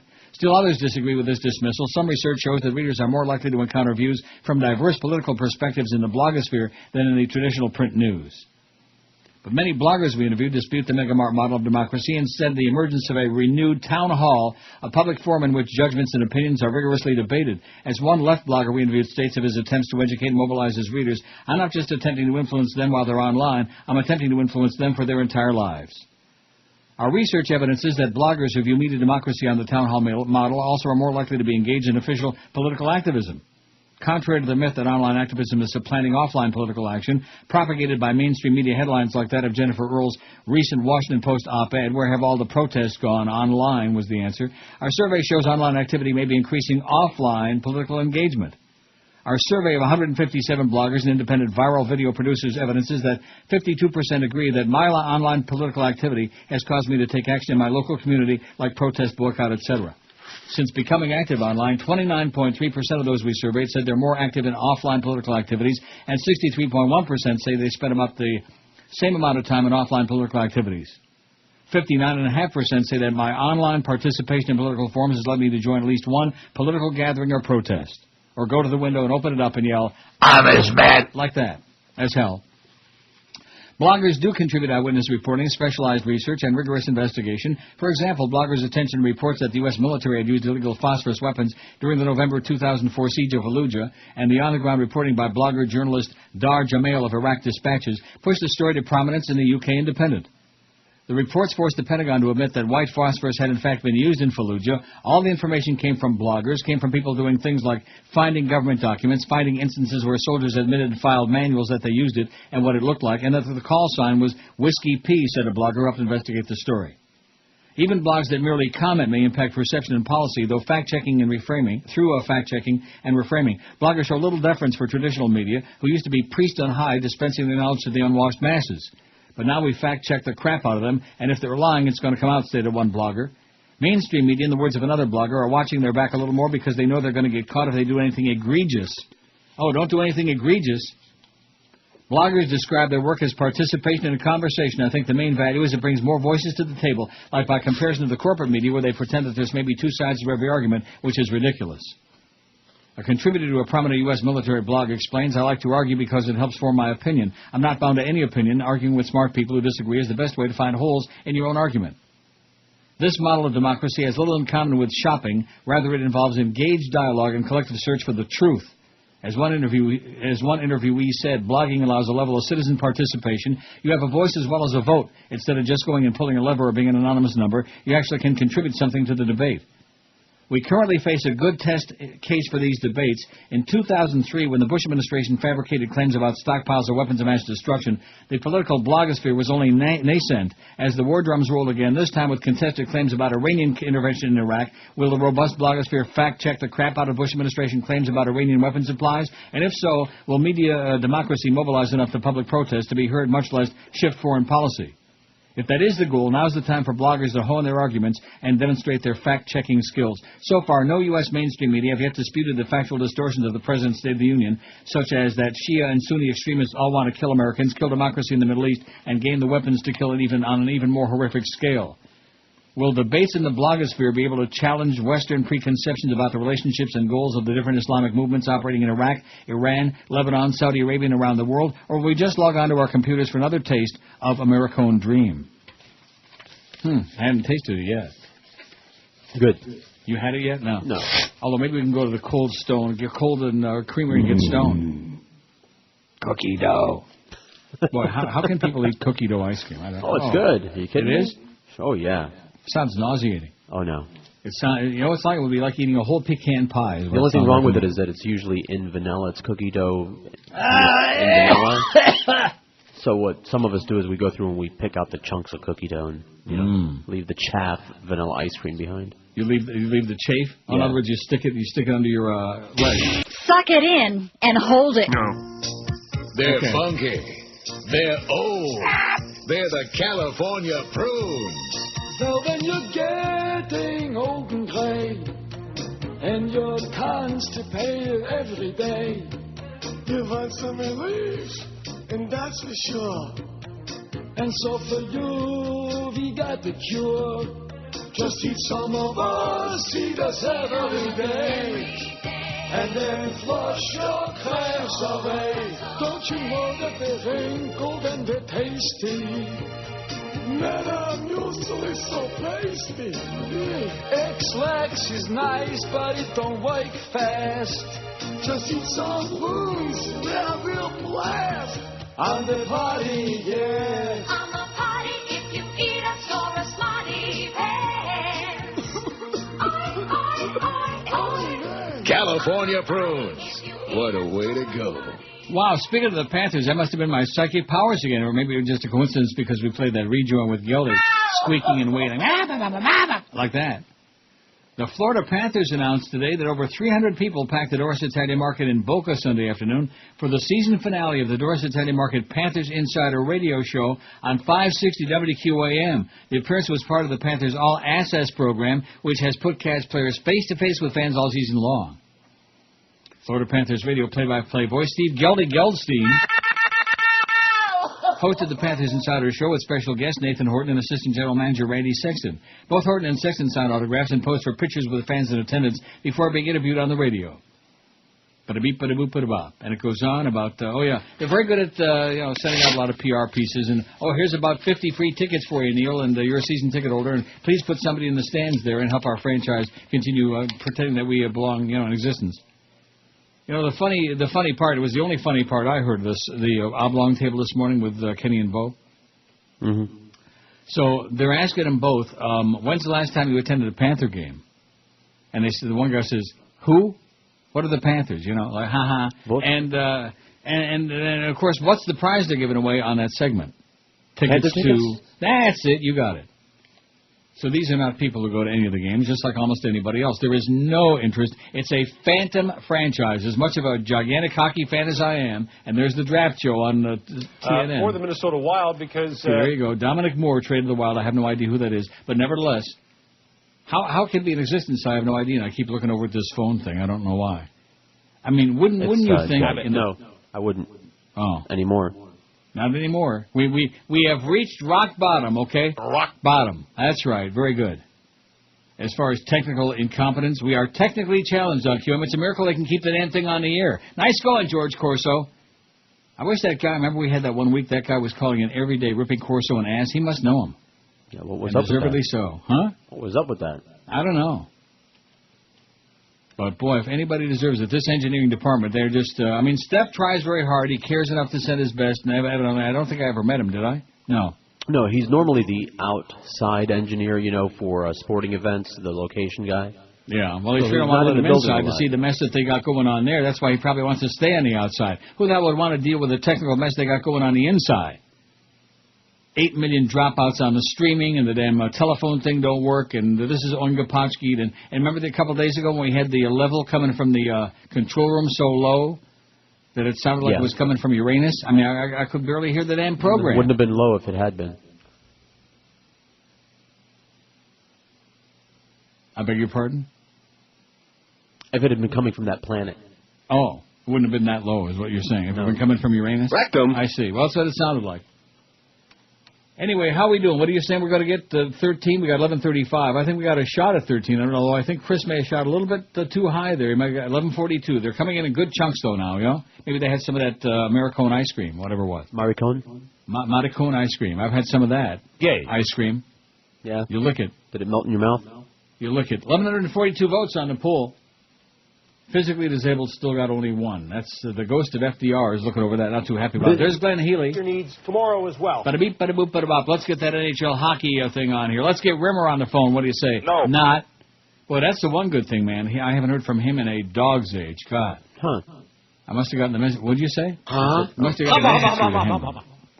You know, there are some people that always they just bug you, and he was one of them. You know, pick up the phone and call when you had nothing to say. You know, call me when you have something to say, Rimmer. Well, that'll never happen, so he hasn't called. Florida Appeals Court blocks Anna Nicole Smith burial in the Bahamas. How could we go 2.5 hours without some heavy-duty stuff on this? Everybody knows this already. Yeah, I'm surprised it wasn't this long. We've been force-fed it until it's coming out of our ears, every pore in your body. It's coming out of your nose, out of your crotch, out of your... rectum. That's right, out of your toenails. The Anna Nicole Smith case went to court in 2 countries yesterday. A Bahamas Supreme Court justice heard arguments over who should get custody of the dead starlet's baby, while a South Florida appeals panel halted temporarily the effort to take her remains to the Bahamas for burial. I'm sure that's what you're smelling coming through the vents. That must be it. Dozens of reporters and photographers gathered. Oh, guess who I saw on the TV yesterday? My good friend Susan Candiotti. Mm-hmm. See, I told you she's a sweetheart. She tried to have Norma Kent call me. Well, he did call, but I just wasn't home. Love you, Susan. She's great. Dozens of reporters and photographers gathered in a courtyard across from the white pillars of the island nation's pink 2-story colonial-era Supreme Court building. This is in Nassau, Bahamas. Oh, what a place. As lawyers and judges occasionally emerge, removing their white wigs. Oh, I love that. When they take off their wigs. Reminds me of... The former Playboy model died, well, but we know all of that. She did this, she did that. Her late husband's $500 million estate. I'll take it. I'll do some good works with it.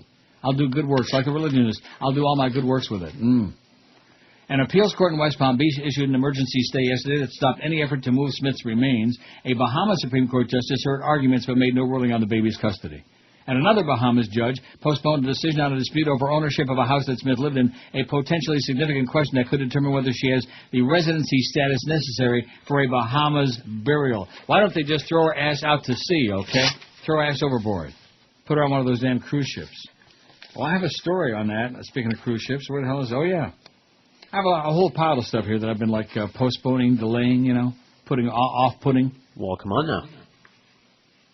Give it up. An American senior citizen killed an alleged mugger with his bare hands, and his traveling companions aboard a tour bus fended off 2 other assailants in the Atlantic coast city of Limon, Costa Rica. Limon. I like a nice sugar-free lemonade myself.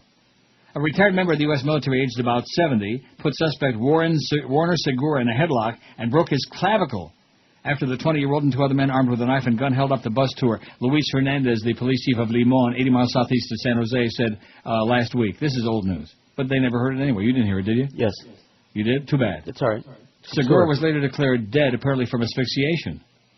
The 2 other men fled when 12 senior citizens started defending themselves during the Wednesday attack. This is last Wednesday. Obviously, it's not tomorrow yet. Afterward, the tourists drove Segura to the Red Cross, where he was declared dead. I'm dying over here. The Red Cross also treated one of the tourists for an anxiety attack. Wow. The tourists left on their Carnival cruise ship after the incident. Hernandez and authorities said they don't plan to press any charges against them. They were in their right to defend themselves after being held up. Just another great example. In a media statement, Miami-based Carnival Cruise Line said that the incident occurred during an outing at Limon Beach, during which a group of a dozen passengers had arranged on their own. According to witnesses, while sightseeing at a local beach, the group of guests were approached by 3 assailants, one of whom was armed. The victim struggled with the armed perpetrator, were able to disarm him.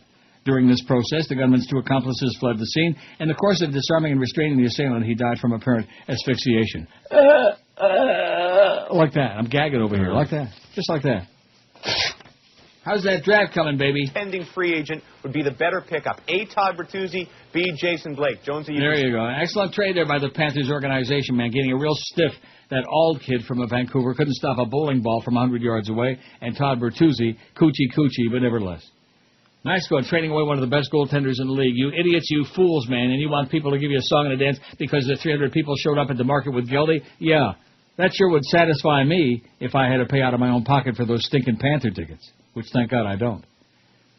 1,148 votes on the poll, not too shabby. So what do you think, Todd Bertuzzi or Jason Blake? Huh? Hockey talk returns. Hey, listen, it's Hockey a sports talk. thing, man. It's got 2 sets of lips. This week on pay-per-view, it's the Ultimate Sissy Fight Championship, featuring the matchup everyone's been talking about. Freddie, the Whiner Snopes. What if I get hurt? Versus Donald, the Snibbler Clumley. I have an unusually low pain threshold. But only one will earn the right to be called the Ultimate Sissy Man. All right, fellas, shake hands and come out fighting. Ow, he squeezed too hard. Ick, his hands all sweaty. You've never seen 2 sissies try this hard to avoid a fight. I'll let you win. No, I'll let you win. Hey, how about if we share the title? Okay, high five. Ow, he hurt me. When push comes to shove, you can't miss the ultimate. the questions that you had and that I had about... Let's move on. Everything's solved. That's right. Let's move right along, okay? Let's punch up a line there, Neil. I just punched up into anything because there's no dots, there's no connection. QM. Hello. Yes, sir. Hey, I wanted to congratulate Neil on all his time on the radio. Well, thank you so much. Is this Neil? It sounds like me, yeah. How you doing, buddy? Not too bad. Working Great, for these people, not too bad. Hey, I hope you get your technical problems fixed. It's good listening to you. I just recently got a job where I can listen to you most of the time that you're on the air. All right. And I love the show, man. Thanks a lot. Thanks a lot, Pally. Have a great day. You too. Well, there you go. There's a nice guy. Put a little smile on my face. Kind of cheered me up a little bit from this depressing technical morass.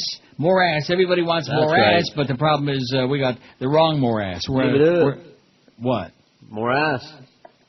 Just pathetic what's going on here. And that's a response? We address technical issues every time we're made aware of them?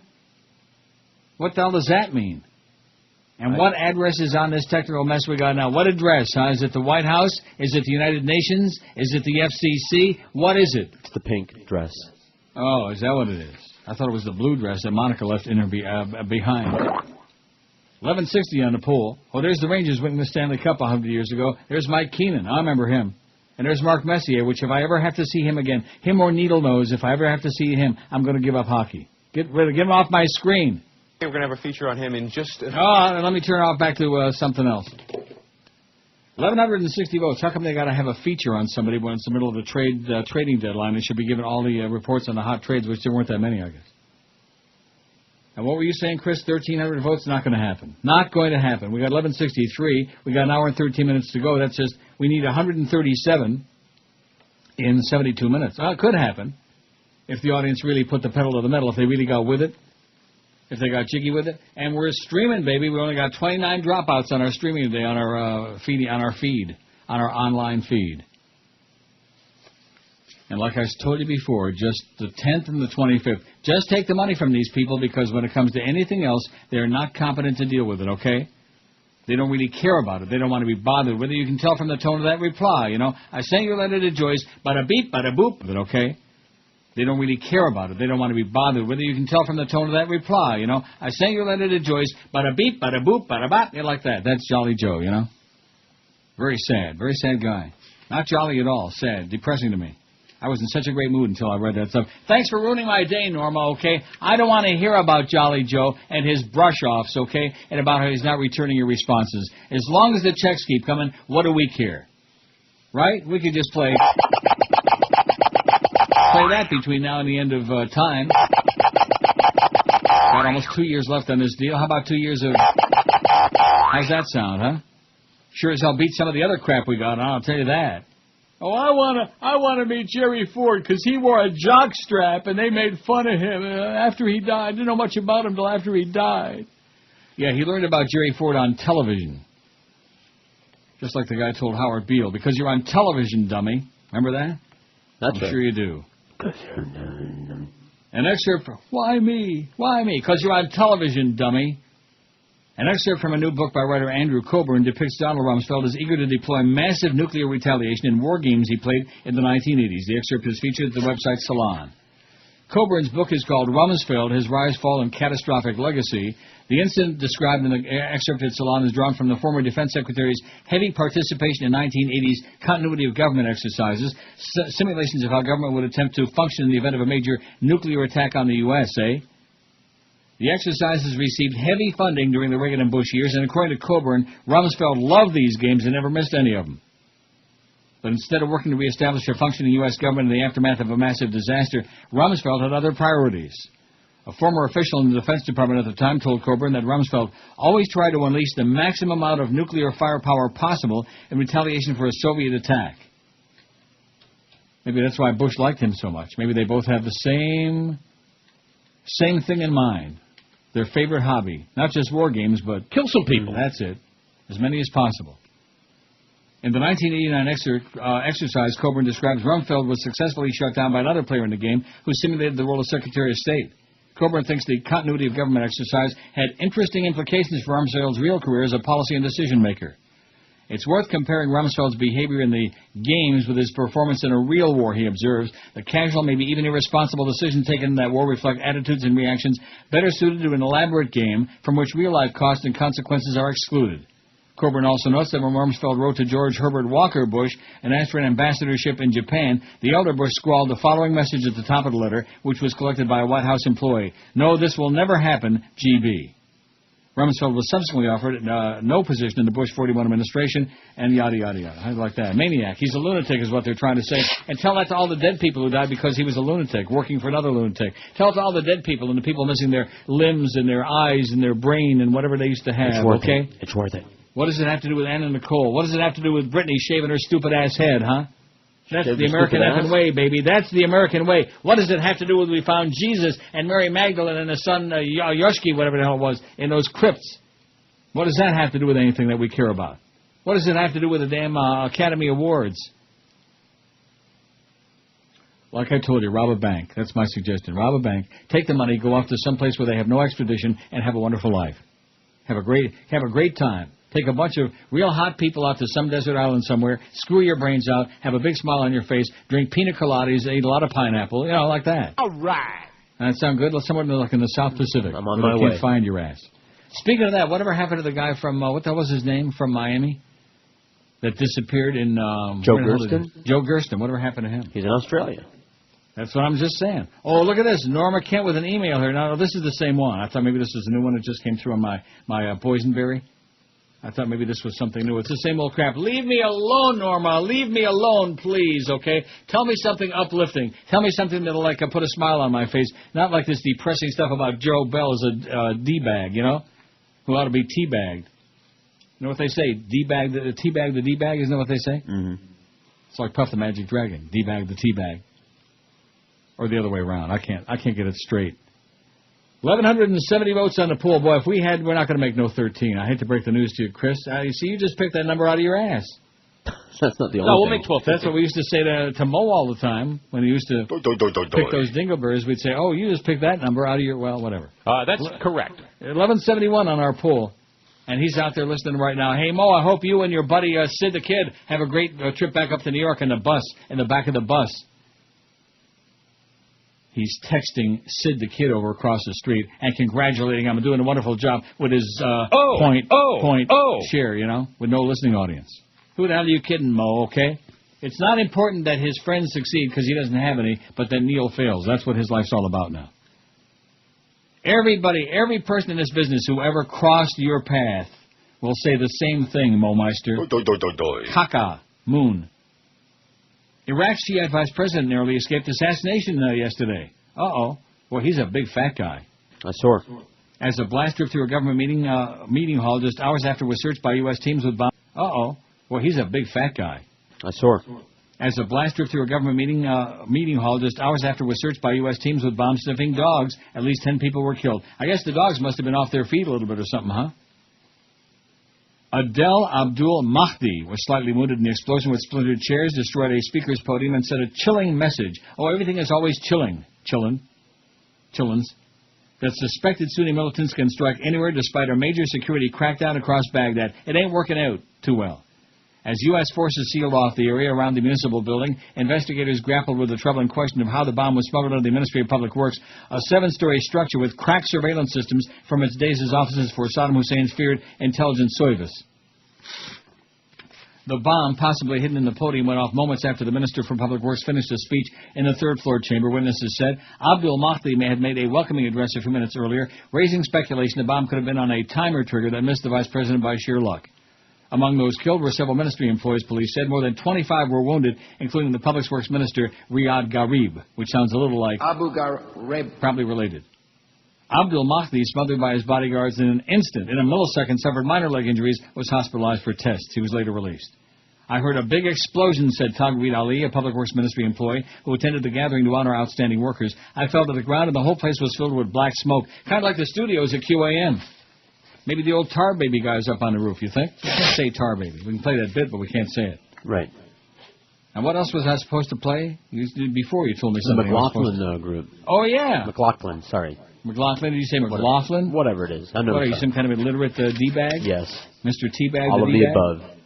1172 on the pool. Well, like I said, 1250 sounds good. What do you say? Can we compromise on that, Chris? 1250? Yeah, that's what I said. Yeah, that's what I thought you said. 1250 by 2 o'clock. And then at 2 o'clock, we got Eddie K for the Mad Dog today. We got Mad Dog is just, he don't want to overdo it, you know. We got football season coming up in a few months. Oh, and when are we going to find out about that? Which one's got the Tony and which station's got the Dolphins, huh? And what's the name of the new coach? What's the name of the new coach, Chris, the Dolphins head coach? Cameron. Cam Cameron. Anybody ever hear of this guy? No, I heard of Warren Cameron and Del Cameron, who was his daddy, harness racing drivers from many years ago. Freedom Fella. Here comes Freedom Fella on the outside, and there goes Jackie Lee. Hey, Quinn. I like to shave my legs, arms, and buns while listening to the Neil Rogers 1 and 2 Hour. Lifetime TV presents a brand new dating game where one woman must choose among 3 men. It's gay, straight, or Aiken. Okay, Sally, you're about to meet one guy who likes girls, one who likes boys, and one who will never tell no matter how many times Diane Sawyer asks. I'm ready. Gay, straight, or Aiken. One single woman must figure out who's a homo, who's a hetero, and who's a man-alone. Sally, time to make your decision. Okay. Contestant number 1. You're gay. No. Then you're straight? No. Oh, wait, I got it. You're Clay Aiken. Bingo. You want me to sing a song? No, thank you. It's the dating game with a twist like no other. Unless you count playing it straight or boy meets boy. Gay, straight, or Aiken. Only on Lifetime. Television for women. And possibly Clay Aiken. And don't forget that gay or not gay segment on our very, very hot morning show, man. That thing really sends me. You know where it sends me? Where? 3 times this morning. 101 at 560 WQAM. We got Eddie K this afternoon. Then we got the Power Hour. I guess Hank is going to do it solo between 4 and 5. Wouldn't be the first time, I'm sure. Humper between 5 and 6:30. And then we got... See, I don't understand the Power Hour. How can it be the Power Hour when there's nobody, no 2 people on together? Shut up. Follow what I'm saying? Well, I'm the one that invented that, for Christ's sakes. Well, you got a copyright? Yes. Oh. Just like Pat Riley he copyrighted the word D-bag, or whatever the hell it was. 3 Pete. 3 Pete. Yeah, how many fingers you got? 3, Pete. Humper 5 to 6:30. Then you got the Panther preview at 6:30. Panthers at the Washington Capitals. Oh my God, a game that would put a Mexican jumping bean into a coma. That's at 7. And then, oh look at that! Look what we're doing tonight. I can't believe it. Look, this looks like we're doing this every night now. Oh, I forgot about that. We've been doing this for quite some time, and I just haven't paid any attention. What? Well, like after the game, we got ESPN Radio, like from 10 o'clock till 5 o'clock in the morning. Yeah. Since they Schmidt canned Eddie K, and then he came back disguised as somebody else in all these different slots, thank God. But at any rate, that is just amazing, Jolly Joe. But I just want to send out a message to Norma Kent, okay, because I'm sure she's listening right now in the middle of her lunch hours. Stop. Good intentions. Am I carrying on here about the technical thing? We made an issue out of it on the show. It's something to talk about. Am I carrying on like some kind of a child here? Am I like banging my spoon? Oh, my God, the thing doesn't work. No, I'm not. No. And what did I say? Very clearly. The checks show up not just on time, they show up early. They're big, they're fat, they're rotund, they take care of me, they take care of all my friends, they take care of everything I need, and that's all I care about. That's it. So if you want to do something productive, instead of alienating my good, close personal friend, Jolly Fat Joe Bell, what you ought to be doing, Norma, is like getting like another 5-10-year extension on that deal. At about twice the pay with about a third of the work. That sounds good to me. That sounds like a deal. Sounds like a plan. And then, of course, we can play them tapes on Friday. I mean, George will be working Friday. Tapes. Whatever. But this is what I have to contend with. Pophead Jenko, I got Norma, you know. That's what I contend with. And that article, by the way, which killed some good time, about the... it was fairly interesting about the Internet. That was fairly amusing, wasn't it? The religion thing. The God who wasn't there. Now, I'm going to go on that thing today. What is the... blasphemychallenge.com. Those who participate. Now, when it says those who participate, does that mean I got to send him a video? Right. No, I don't think...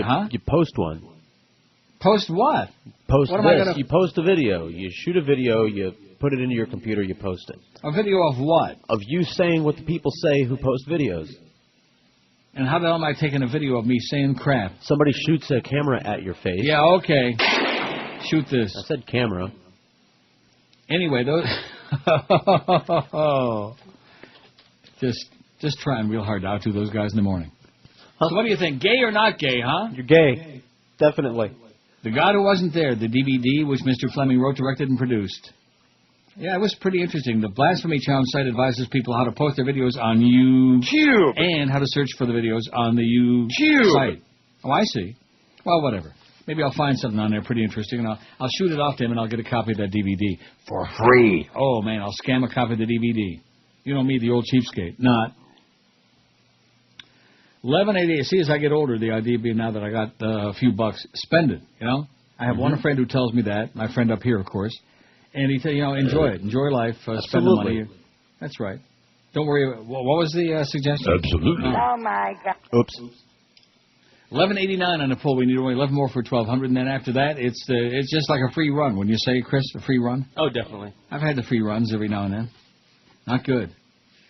Oh, here's another. Didn't I just read an article by Patrick Coburn from the Independent UK? Who?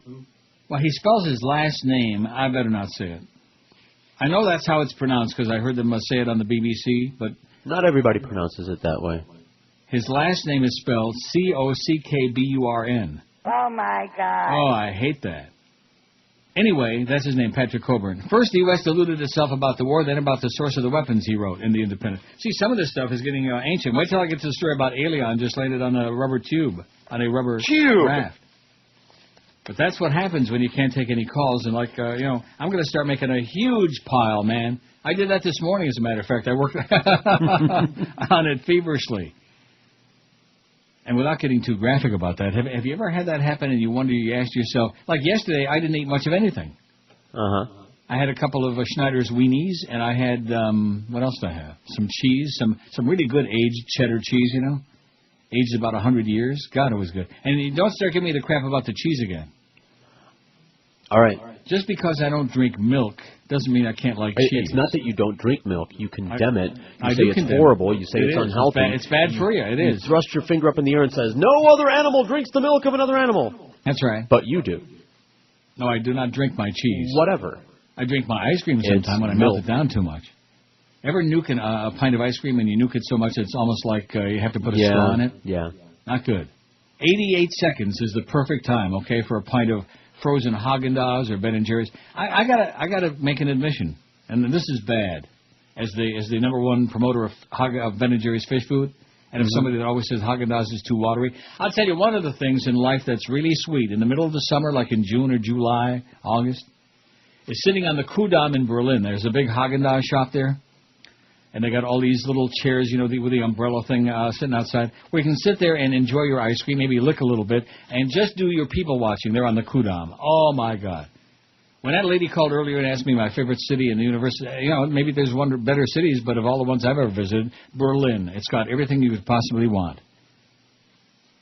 beautiful people, friendly people. All the people under the age of 40, for example, are not Nazis. The older ones, like, they're still goose-stepping around, and lots to see.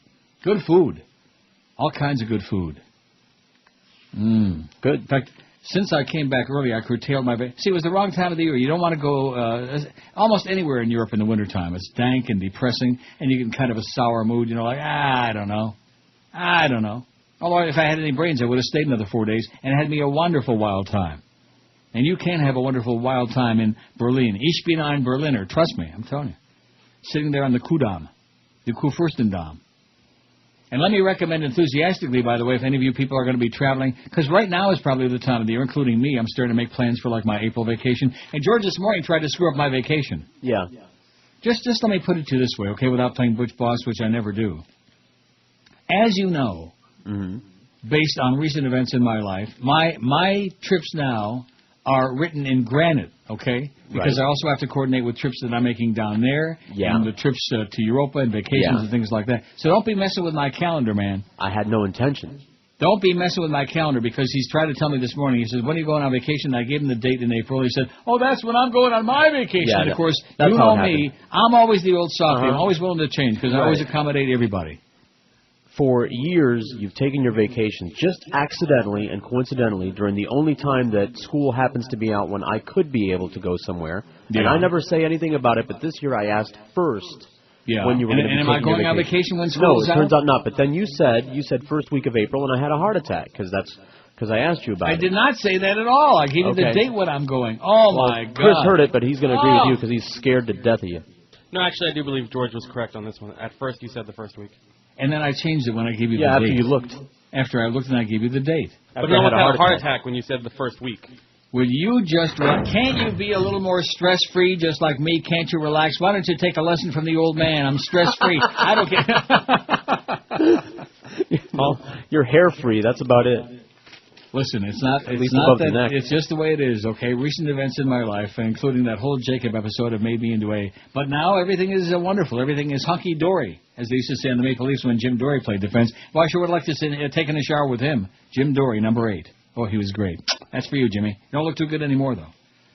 Now, can I get back to my story before you go on with this whole thing about my vacation dates? What was I talking about going to Europe? Oh, in the wintertime is not the time to go. I was trying to give a little advice to the people out there. If you're going to start planning your European vacations or wherever, I don't know the weather in Latin America. I have no idea. Isn't it different?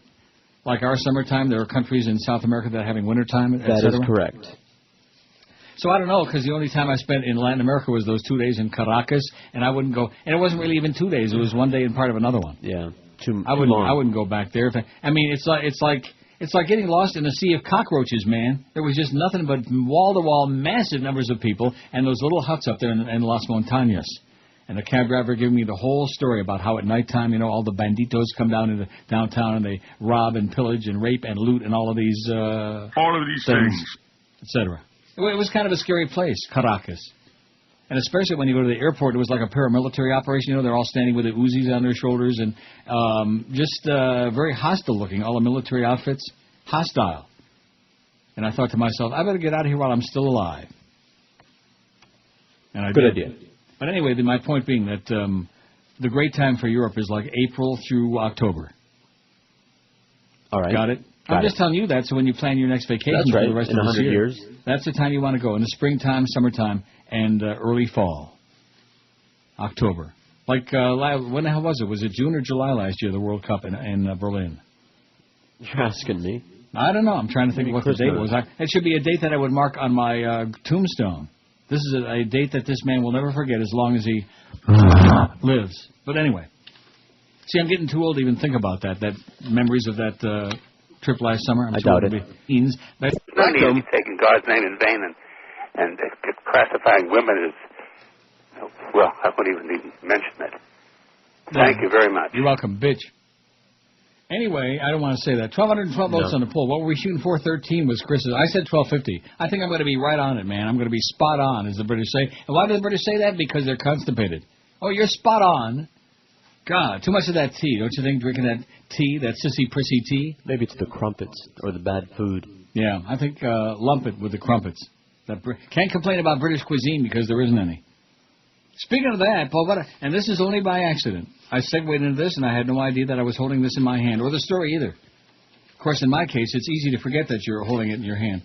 Authorities are considering taking an 8-year-old boy who weighs 218 pounds, and I'm going to tell you, they had that thing, we both saw it on CNN this morning. Yeah, disgusting. He could pass for 500 pounds easy. He is just a ball of fat. Just a big ball of fat. You can relate to that, I'm sure, Chris. Huh?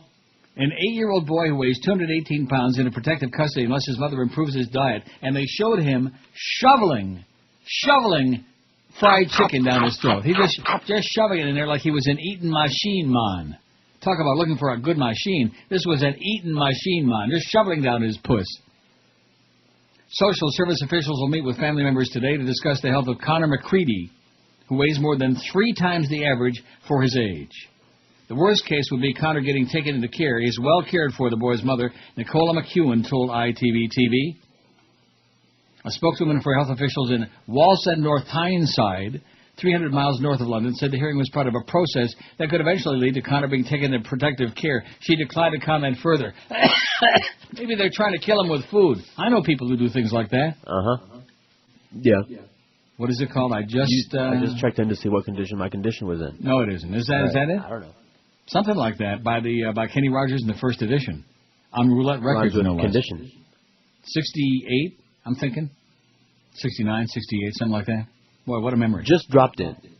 Just dropped in to see what condition my condition was in. And I went, like that.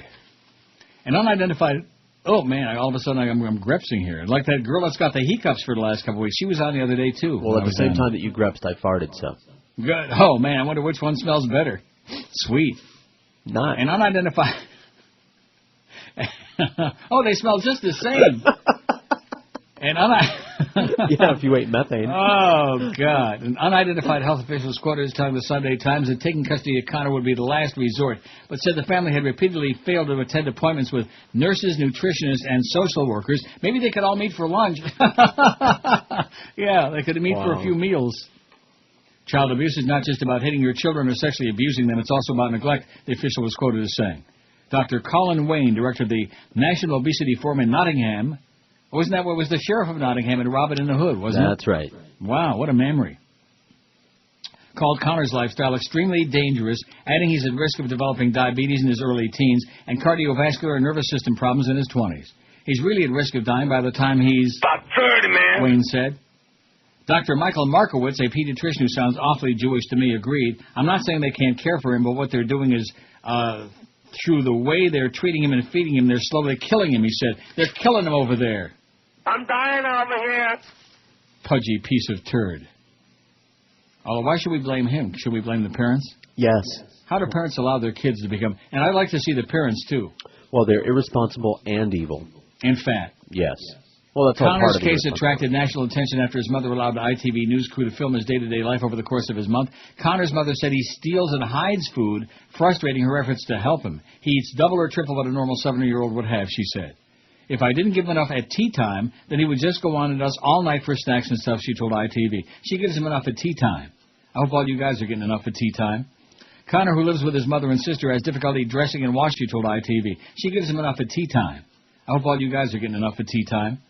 Connor, who lives with his mother and sister, has difficulty dressing and washing himself, misses school regular because of poor health, and is targeted by bullies. I can't imagine that. People pick on us because of my weight. They call us fat. It makes us feel sick of the nutters always shouting at us. Us? People pick on us because of my weight. I guess when you're that big, you can be us, huh? He's talking about the collective... Maybe he's royalty. You know, royalty in England, they say us. He's talking about the collective him. I see. It makes us feel sick of the nutters always shouting at us, he told I. The nutters. Oh, no. I hate those Remember people. the nutters? Yeah. I remember the butter nutters. Mm-hmm. Nutter, butter... How come it is that dark folks like butter pecan ice cream so much? I didn't know that they did. They do. Black people love butter pecan ice cream. I got a lot of black friends, and they're always ordering it, huh? No, that's just something I made up. No, I've heard that. I've heard that since I was a little child, you know? Uh-huh. 1,217 votes. Maybe we'll have some black people send in a message or two. Maybe they'll call in and tell us why they like banana or butter. What is it? Butter pecan. Okay. How about banana cream pie? See, what I'm waiting for, man, is that peel. I'm waiting for the peel. Just like my landlord in Sarasota, the one who said he would never die because they'd have the cure before he got that old, and now he's been dead for many, many, many years. Same thing. And I'm waiting for the peel that you take before you eat. And no matter, it's like those phony carb blockers they had for a while. That was really big. And, of course, it didn't block anything. The carb blockers. Yeah. I want a food blocker, something that just, no matter what you eat, no matter how much of it you eat, it just, you get the calories, you don't get the carbs, and it just kind of like goes right through you, so to speak. As long as you stay close to home. You know what I'm talking about. You don't absorb anything. Mm-hmm. And then, see, that's bad. I hate to admit being a pig, but I'm a glutton, man. I'm a glutton for punishment. Look at this station. 1,224 votes, by the way. We got 1,250 lit, Chris. Told you. That's what I said, 1,250 from the beginning. But, boy, what I like... And I could eat a whole banana cream pie. Oh, or chocolate cream pie. Mmm.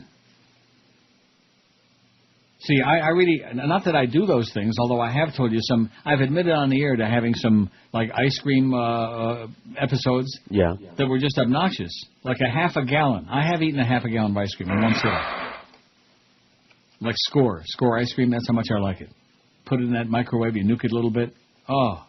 And then when it gets soft, you're eating so much of it and you don't even realize it because it's not like hard work, like eating hard ice cream. It's soft. And it goes down easy. No comment. How did I get started on this with the food? I think it was Brandon's fault with that Chinese, with that P.F. Chang's or whatever it is. And look, the menu looks really sensational. And then that pizza joint in there inside the Galleria, that gourmet pizza place, I have no idea what it's called. But I bet you if you Googled the Galleria or the restaurants, you'd find out. It's huge. It's just a huge place, Gigantic, huge. Is it huge? It's huge. It's big. And the restaurant, too. For a long... Have my junior, honey. Bomb, bomb, bomb, bomb, bomb their ass. Rectum. Bomb, bomb, bomb, bomb, bomb their ass. Bomb, bomb, bomb, bomb, bomb their ass. Bomb, bomb, bomb, bomb, bomb their ass. Bomb, bomb, bomb, bomb, bomb their ass. Rip it up with that crap. It's time to hit them back. So bomb their ass. Bomb, bomb, bomb, bomb their ass. Lure their ass away to retaliate and wipe that smile off the camel jockey's face. Bomb their ass, bomb, bomb, bomb, bomb their ass. Bomb, bomb, bomb, bomb, bomb their ass. We're fed up with their crap. It's time to get them back. So bomb their ass, bomb, bomb, bomb, bomb their ass. Give them what they want. Leave a greasy spot. Send them up to be with Kook the Plan. Bomb their ass, bomb, bomb, bomb their ass. It's time to get them back, so bomb their ass, bomb, bomb, bomb, bomb their ass, bomb their ass, bomb their ass, bomb their ass, bomb their ass, bomb their ass, bomb their ass.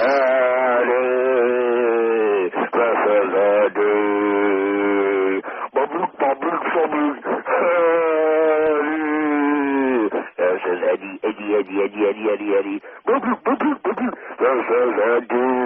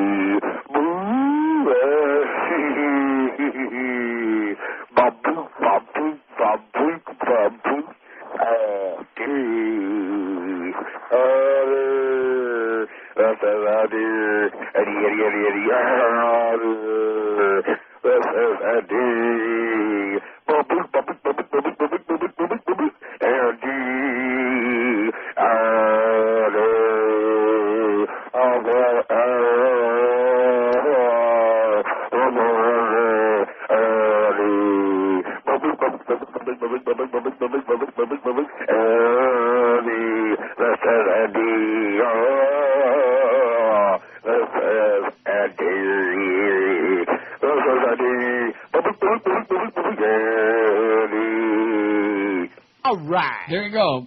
In honor of my 31st anniversary on Thursday coming up, I figured I'd play it because I enjoy that, I mean, I don't enjoy the fact that he's alive or that he, did that, but I just enjoy hearing it once in a great while. Mm-hmm. Makes me realize how much saner I am than some people. Not too many, but I still have a little bit of my sanity left. Even in spite of Norma Kent. You see what I have to contend with? I'm glad that I read that all on the air. He didn't do that with any... He didn't communicate with me about any of that. He's just out there listening because he's got too much time on his hands, Norma. And so she all of a sudden starts bugging Joe Bell. And how come you're not doing this? And how, you know, like I didn't make any call to Norma Kent. I don't want to get involved, you know. He creates crises. He creates negativity. I don't want all this external negativity in my life, okay? You follow what I'm saying? What are you saying? Screw him. Norma, cut the crap, okay, and all that did about promotion, and what are you doing? Quit trying to be a big shot, okay, trying to show off. Everybody who's ever been on the air for 5 minutes or more is syndicated on 800 stations at least, and I'm sitting here on a station that can't even get the Internet working and, you know, making a couple of bucks. I have no complaints. Everything is fine. Arcade City, Giorgio is the name of the place in the Galleria. Thanks, Brandon. He's really food-intensive today. He must know that place. Now, he probably looked it up. Piazza di Giorgio. And it looks phenomenal. I mean, I have no idea whether it's good or not, and, you know, if we could take some calls, maybe we'd find out or not. 1,238 votes on the poll. I won't vote for a presidential candidate who is a member of the Bush family. 759, 61.3% of all the votes. Don't want no more Bush. The genocide. See, now. tell President Bush, stop the genocide now. That's it. I like that. Get that spot on again 100 times this hour. I have no prejudices against anyone who runs. 111. Boy, talk about broad-minded. 9% of the audience. Oh, there's Jake Gyllenhaal. Now, is he doing it in the tent out there again in the woods or what? I like Jake Gyllenhaal. Zodiac. He's all right. An epic thriller. Scary. He was in, was it Gremlins he was in? Oh, that was Zach Gilligan. I get all these punks confused. What was he in before a broke-ass mounting?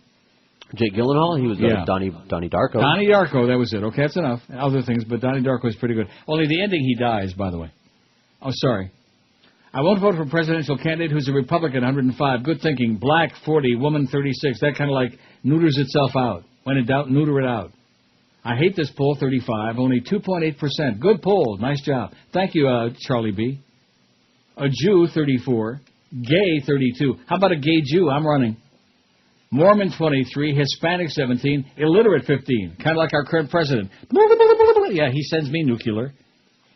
An atheist, 10. Obese, 9. A smoker, 8. A past drug user, 3. And physically disabled, out of 1,241 votes, only 1. Solamente uno. Soltanto uno.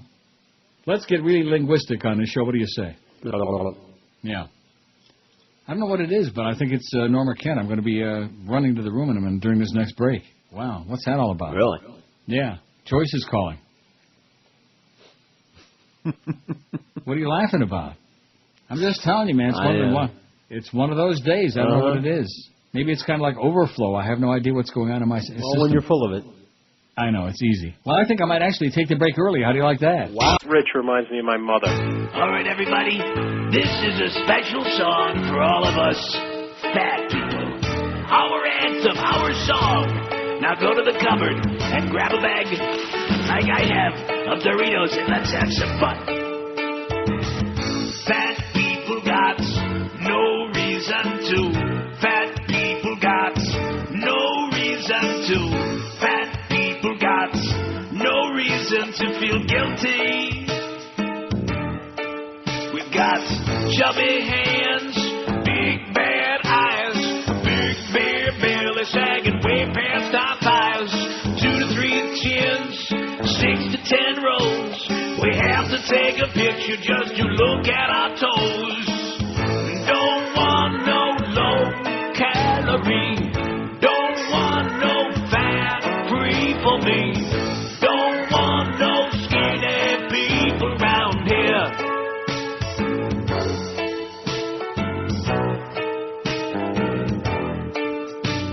There's all kinds of diets. We've tried almost every one.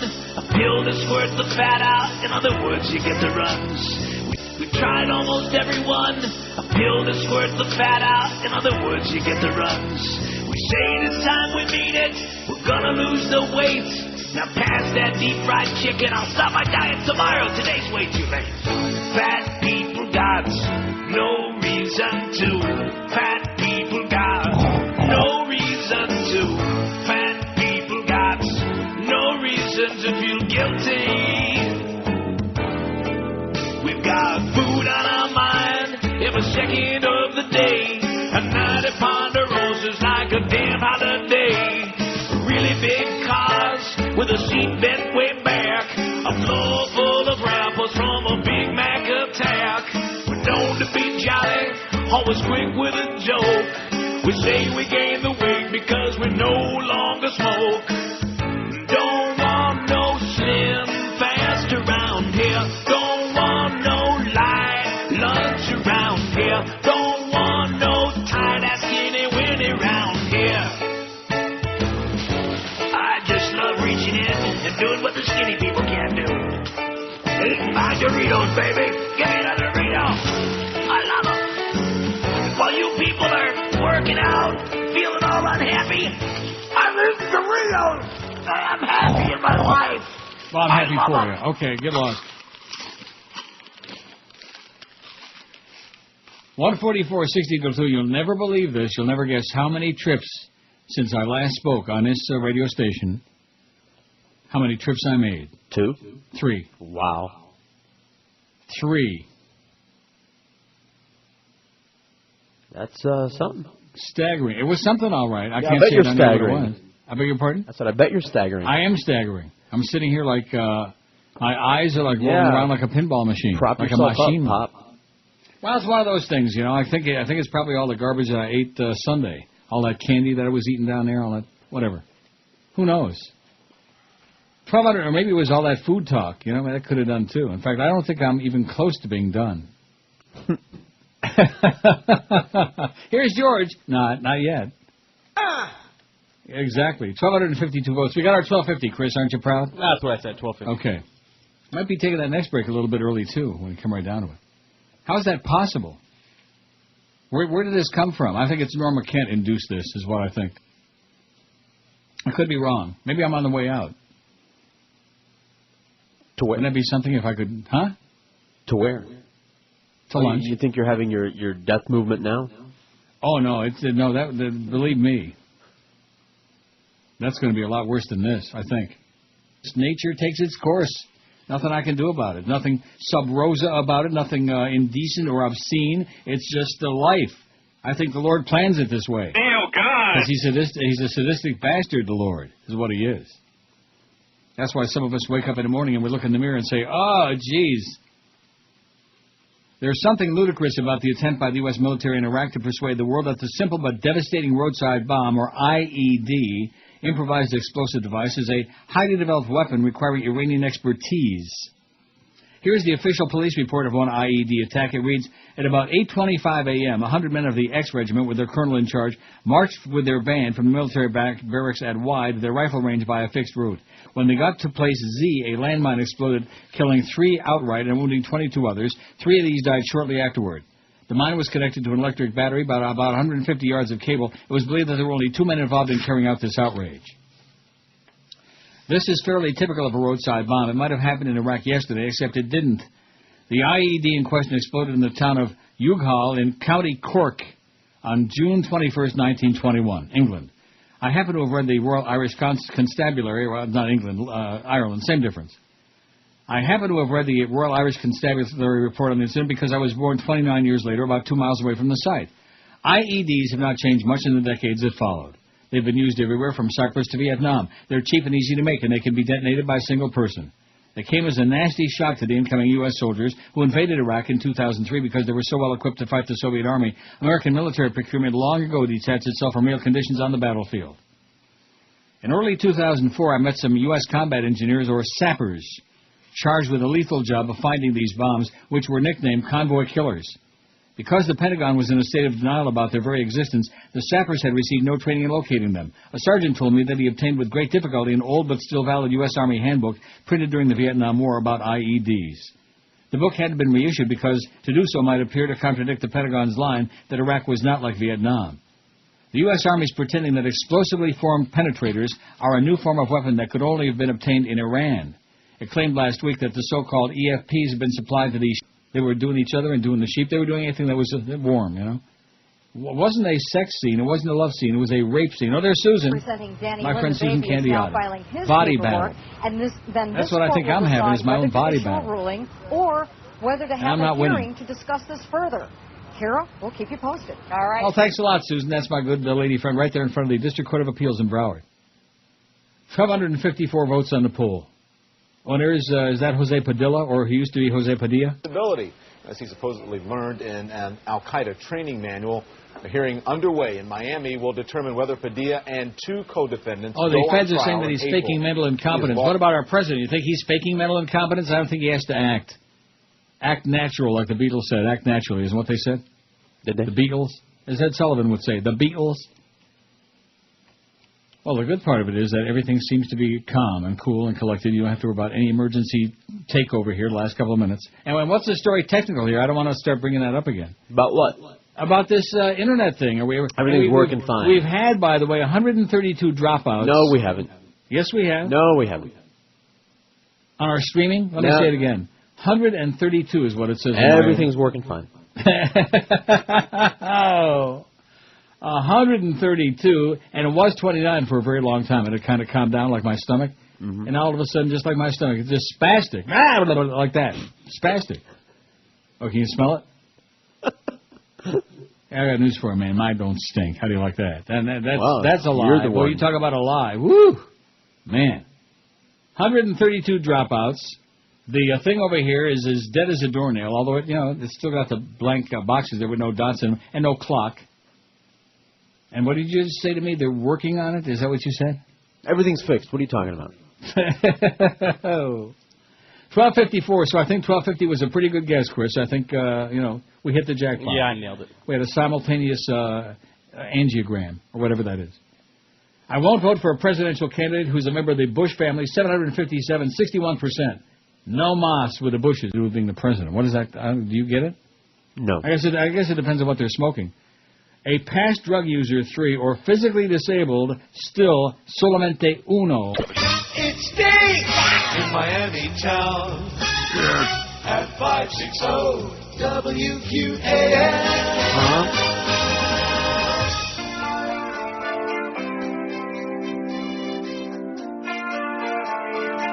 She's oily, soily, and old. Looks like the Quaker Oats guy. She's oily, soily, and old. Looks like the Quaker Oats guy. Smells from the body roll mold. Barbara Bush has body Feldman eyes, pulls of her eyes popped out. It happened when she realized she raised 4 criminal clowns. Barbara Bush has Marty Feldman eyes. And she's nasty, old and crafty, and she raised 4 perfect Nazis. She's atrocious and takes umbrage to anyone who says they want no Bush. Walks like she's carrying a bowling ball between her thighs and has Marty Feldman eyes. She doesn't mean to squawk, as if she's always surprised. Teeth wiggle when she talks. Barbara Bush has Marty Feldman eyes. She gave us George Bush and Jeb Bush, not to mention Neil and Robin Bush. Filthy Richard